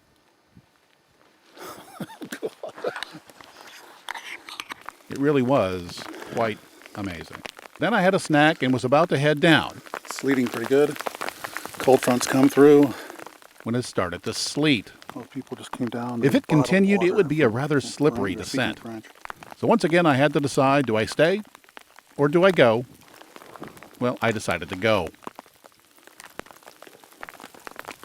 45 minutes later, I was 1,300 feet lower. It was raining, and this is what I had to say. It's 36 degrees. I'm fogging up. About 1,000 more feet down to go, about 3 miles or so, maybe 2. It's pretty cool, but now it was kind of scary before. And after the rain came the fog. The video camera kept fogging up, so I switched to the still camera again. Sometimes this hindered the view. At other times, it made it interesting. And when I got below the fog, the clouds got really interesting. I've hiked hundreds of miles in this park, and this hike was one of the most memorable. The cold, rain, sleet, and fog made it special. And I also captured one of my favorite images. I've shot thousands of images here since 1994. And in the few minutes that the valley and Highline Lake was visible, I was able to stitch together one of my favorite shots. So let's do a quick recap on the Ptarmigan Trail hike. It is one of my favorites, and the trailhead is just behind the Swiftcurrent motor inn. It starts out in the open, and it's pretty easy, and then it gets quite hard on the way up. It is frequented by bears. It's often closed because of too much bear activity. So if you're here and the trail happens to be open, take it when you can. You never know when it's going to be closed, and later in the year, August, September, it's much more likely that that will happen. This time we're going to go to another trailhead with two destinations. It's Siyeh Bend on the Sun Road. From here we're going to go up to Piegan Pass, but you can also go up to the harder but more interesting Siyeh Pass. And I think I'm pronouncing that wrong. Piegan Pass is a 9.2-mile round trip from the Sun Road, with over 1,700 feet of elevation gain. You can also get there from Many Glacier, where it's about a 12.4-mile round trip. It's just about as far to Siyeh Pass, but there's about 300 additional feet of elevation gain. Much of the trail and the elevation gain occurs when you're in the trees. The trees are thick, but there are a few views of the mountains, and you never know who you're going to have to share the trail with. There's a couple of creeks to cross, too. A little bit past the halfway point, there's another trail. Siyeh Pass is to the right. It's closer, but it has 300 feet more of elevation gain. And that's why I decided to go to Piegan Pass. Should have realized I made the wrong choice when I saw fresh bear scat a few minutes later. But beyond that was what turned out to be my favorite part of the trail. This long scree slope had more than just a great view of Jackson Glacier across the valley. The trail seemed to go on forever, with no reference points. But this weirdness and overcoming it made it my favorite part of the trail. A couple of 100 feet after the slope, you reach the pass. There's a nice little blue lake, but not much else. I thought about summiting, but it's a lot farther than it looks. After some gorp and some water, I headed back to the car. It's Siyeh Bend. I was feeling pretty good, and had I known what you now know, I likely would have gone to Siyeh Pass too. It has a much better view. And from a nearby summit, there's a great view of Cracker Lake in Many Glacier. And by the way, when you're at Sunrift Gorge, you'll see a sign to Siyeh Pass. This is the hard way. It has lots of switchbacks and over 3,000 feet of elevation gain. But many go this way and make it a 10-mile point-to-point trip to Siyeh Bend. Earlier, I talked about a couple of trails in the Two Medicine area, but I don't think I did this area justice. So here's some more info and a few more reasons to visit this remote part of the park. Most of the area's trails and activities are centered around Two Medicine Lake, which is not to be confused with Upper or Lower Two Medicine Lakes. There isn't a hotel here, but there is a campground and a general store with basic meal options. The trailheads are spread out, but most are near the lake. Some are best accessed via boat. As you can see from the trail information on the map, there are several short, flattish hikes, as well as some high, long monsters. On one of my first visits to the park, I hiked to Scenic Point. It's a 6.2-mile round trip that rises over 2,300 feet.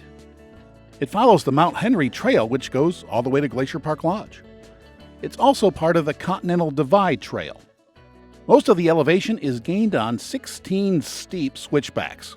And boy, I wish I had a good picture of them. For some reason, I was more interested in the strangely beautiful trees. They were killed by some kind of blight years ago. There is little shade on this trail, so on a hot, sunny day, you'll feel it. When stopping to catch your breath, and you will need to, there's a nice view of Two Medicine Lake. But at the top, there's a commanding view of the plains to the east. There isn't a higher piece of ground from here all the way to New England. And the view, well, it goes out for many, many miles.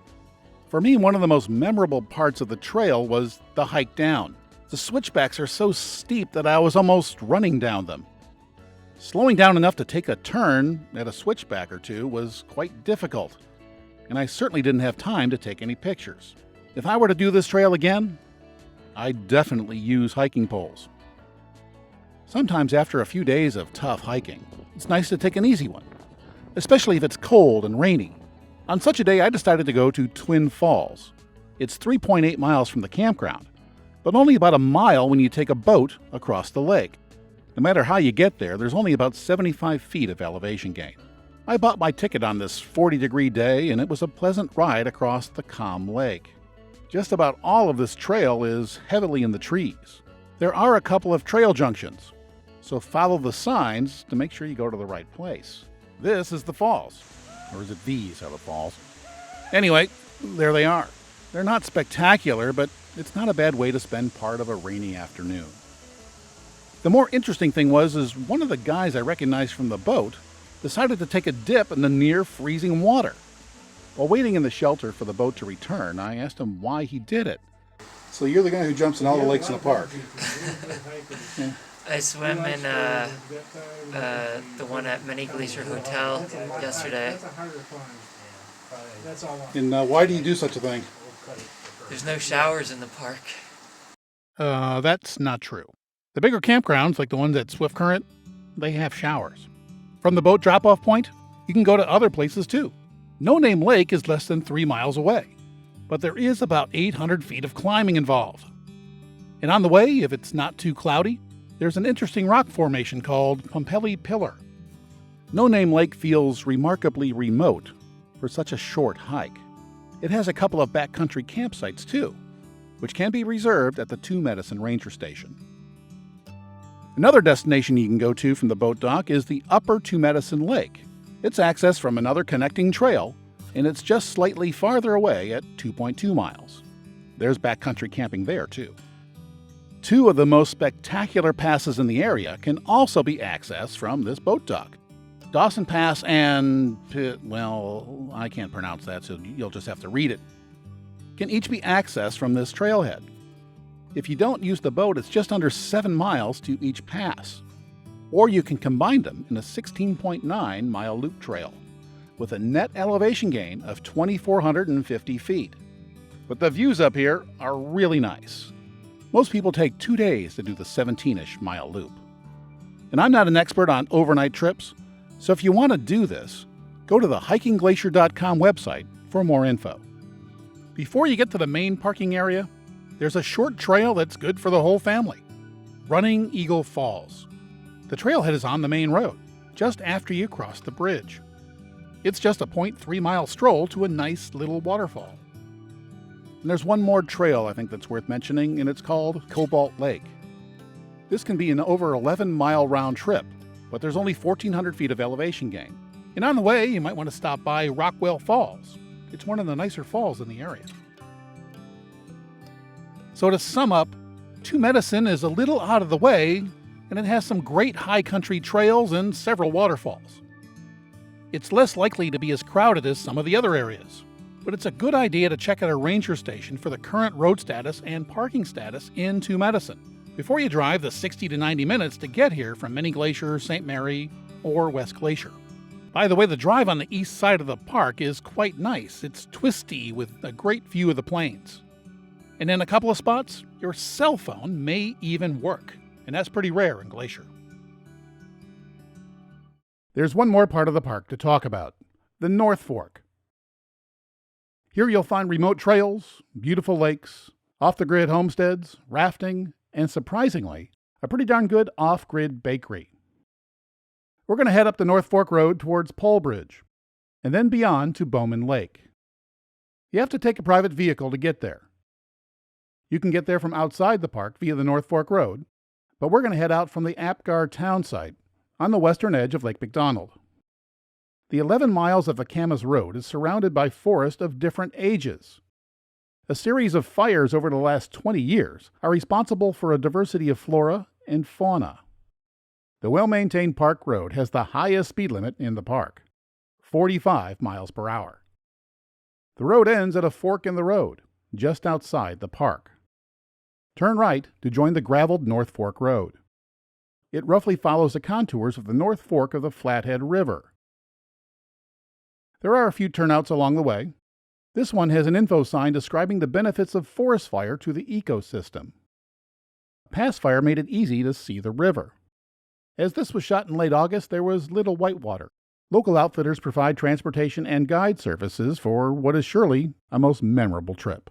After 30 or 40 minutes, you come to a bunch of old homesteads. This area was settled more than 100 years ago, and there are still a few who stay here year-round, even though they are well off the grid.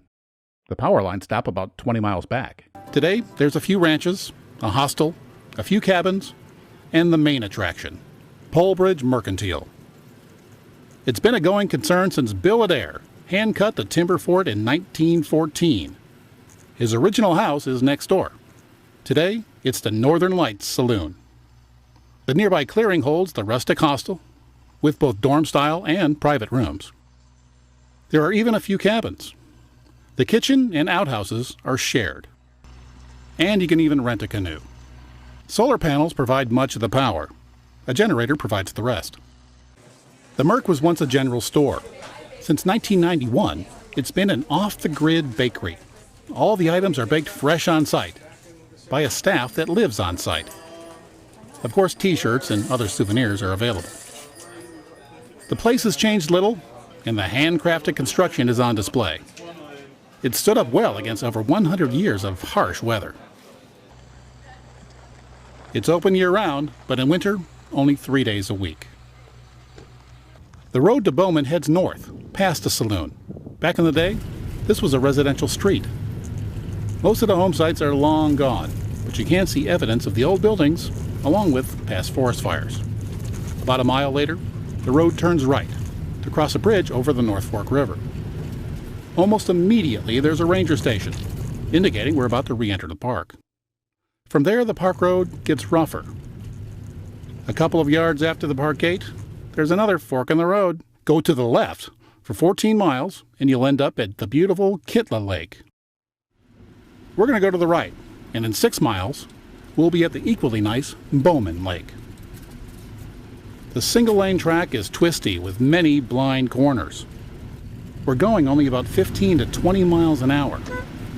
As a precaution, I honk the horn on particularly blind corners to alert anyone heading in the opposite direction. Once you're at the Bowman Lake parking lot, which also, by the way, fills up often, there are several trails to choose from, including the 12.8-mile loop to 3 hikes, including the picturesque Quartz Lake. Around here, the trails spend a lot of time in trees.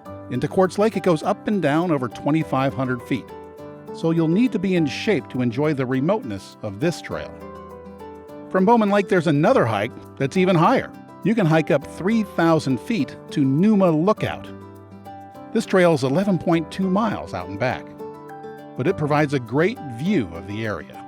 There's also a more moderate hike to Akoka'ala Lake, if that's how you pronounce it.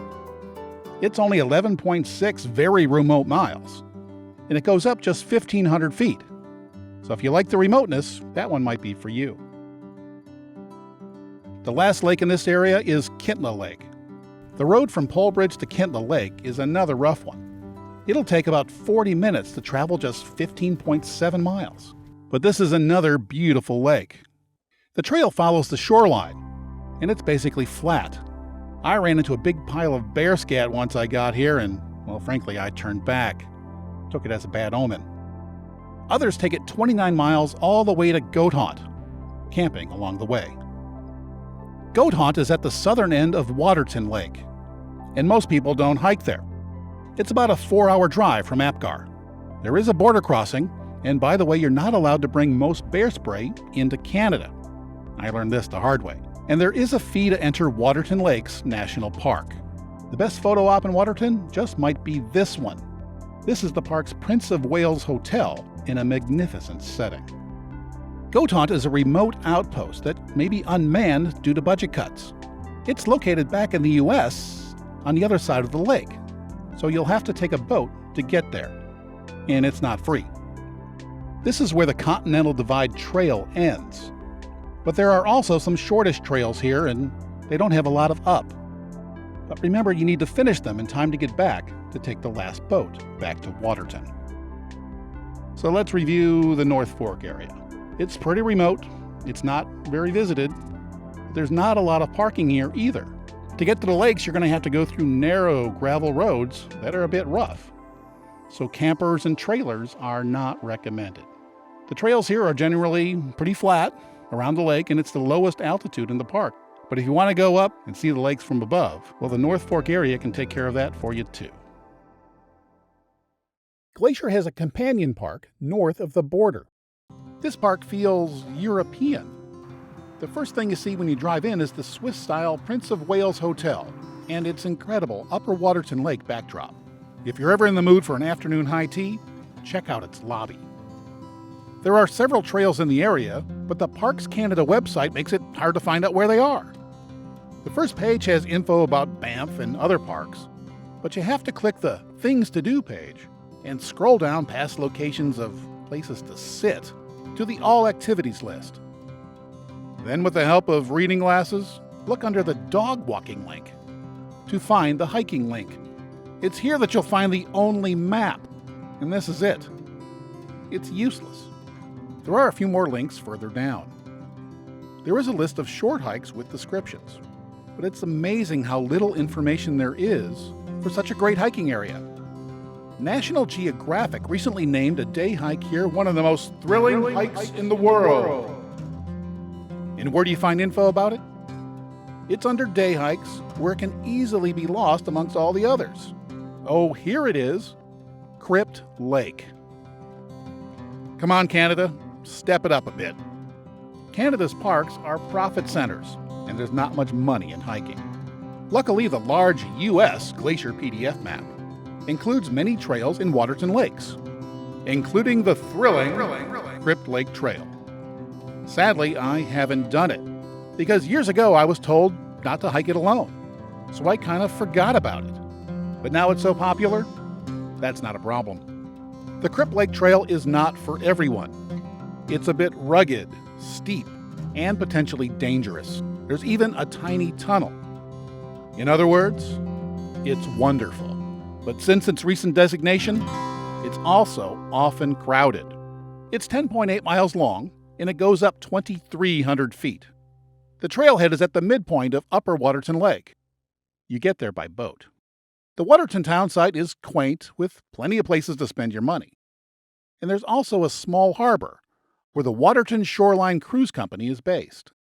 I've taken one of their cruises, and I even saw a bear from the boat. Today, a big part of their business is taking hikers to the Crypt Lake trailhead. Obviously, space is limited, so you might want to get your tickets in advance and hope that you picked a good weather day. If you're a fast hiker, you might want to put some space between you and the crowd in the first 4.5 miles. After that, you'll be single file. A half-mile past an old campground, the trail goes up a narrow ledge and ends at a sheer cliff. On the way, check out the 600-foot waterfall. When it gets really tricky, there's a welcome handrail. At the cliff face, an 8-foot stepladder provides access to a 60-foot natural tunnel that's too small to stand up in. This is a popular selfie spot, so there might be a bit of a delay here. Then there's a stroll down to the lake. And this is Crypt Lake. It's a pleasant place to rest after this amazing crossing, while thinking about how lucky you are to be able to hike back on this thrilling trail one more time. So, how do you get here? Well, Waterton Lakes is about an hour's drive from St. Mary via the Chief Mountain Highway. That means it's 3 to 4 hours from Apgar on the west side. The border crossing is not open 24 hours a day, so late-night crossings require an even longer drive. And the road is closed in winter. Yes, Glacier's Companion Park is a bit out of the way. But if you have the time, it's well worth a trip, even if you don't do one of the most thrilling hikes in the world. But if you do the trail, keep in mind that this level of activity is not for everyone. You need to be in good shape before you get here. Medical services are quite limited, and you're at least a couple of hours away from a major hospital. And also remember that this park belongs to nature. We are the intruding visitors. You can't do a video about this park without talking about glaciers. And believe me, I wish you could. The issue generates lots of hateful comments from those on both sides of the issue. So this time, I'm not going to mention Milankovitch cycles, ice core CO2 data, or interglacial periods. I'm just going to say that when the Little Ice Age ended in the 1850s, there were about 150 glaciers in the park. Today, there are 26. I've been going to the park since 1994, and I've seen the changes. On my second trip in 1995, the ice on Grinnell Glacier was thick enough to form an ice cave. That's no longer the case. In 1997, I hiked up to Grinnell Glacier with Al Gore's group. I spent a few hours chatting with the environmental advisors of both Gore and Clinton. By 2005, there were only 27 glaciers left. And the experts? Well, they decided all the glaciers in the park would be gone by 2020. The park put up info signs to let everyone know. The national media told the world. And the publicity? Well, it helped increase visitation by 50%. By 2011, the park was down to just 25 glaciers. And the expert predictions seemed to be right. But Mother Nature knows more than experts. The glaciers inconveniently survived 2020. And the glacier count is now 26. Yep, the park gained one back. One of the great things about the park website is it has great historical photos. This was Grinnell Glacier back in the day. And here it is today. When it receded, it revealed more evidence of our changing world. These are stromatolite fossils. They are 1.4 billion years old, if you believe the science. And if you believe the world is only 6,000 years old, please don't write hateful comments. Anyway, these cabbage-shaped fossils were built by cyanobacteria, which is a blue-green algae. They formed in shallow tropical seas, when the continent was much nearer the equator, which means this mountaintop was once a tropical beach. When these formed, they were the most sophisticated and dominant species on Earth. They took advantage of the Earth's atmosphere, which was rich in CO2, and had very little free oxygen. These creatures changed that. They consumed the CO2 in great numbers, and their waste gas, their pollution, was actually oxygen. And they polluted the environment with a gas that was toxic to them to such an extent that they were no longer the dominant species. But that enabled more complex creatures to develop. Getting back to the glaciers, yes, in the last 150 years, they have been receding. But for the foreseeable future, you'll be able to see several of them, and even hike to one in Glacier National Park.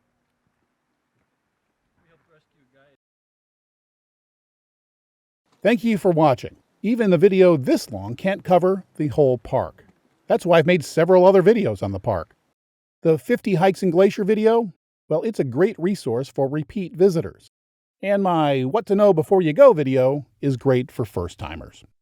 I try to make my channel a resource for outdoor lovers, so hit the subscribe button and check back often, because I make new content to help keep my subscribers up to date. Thanks again, and don't forget to hit that like button.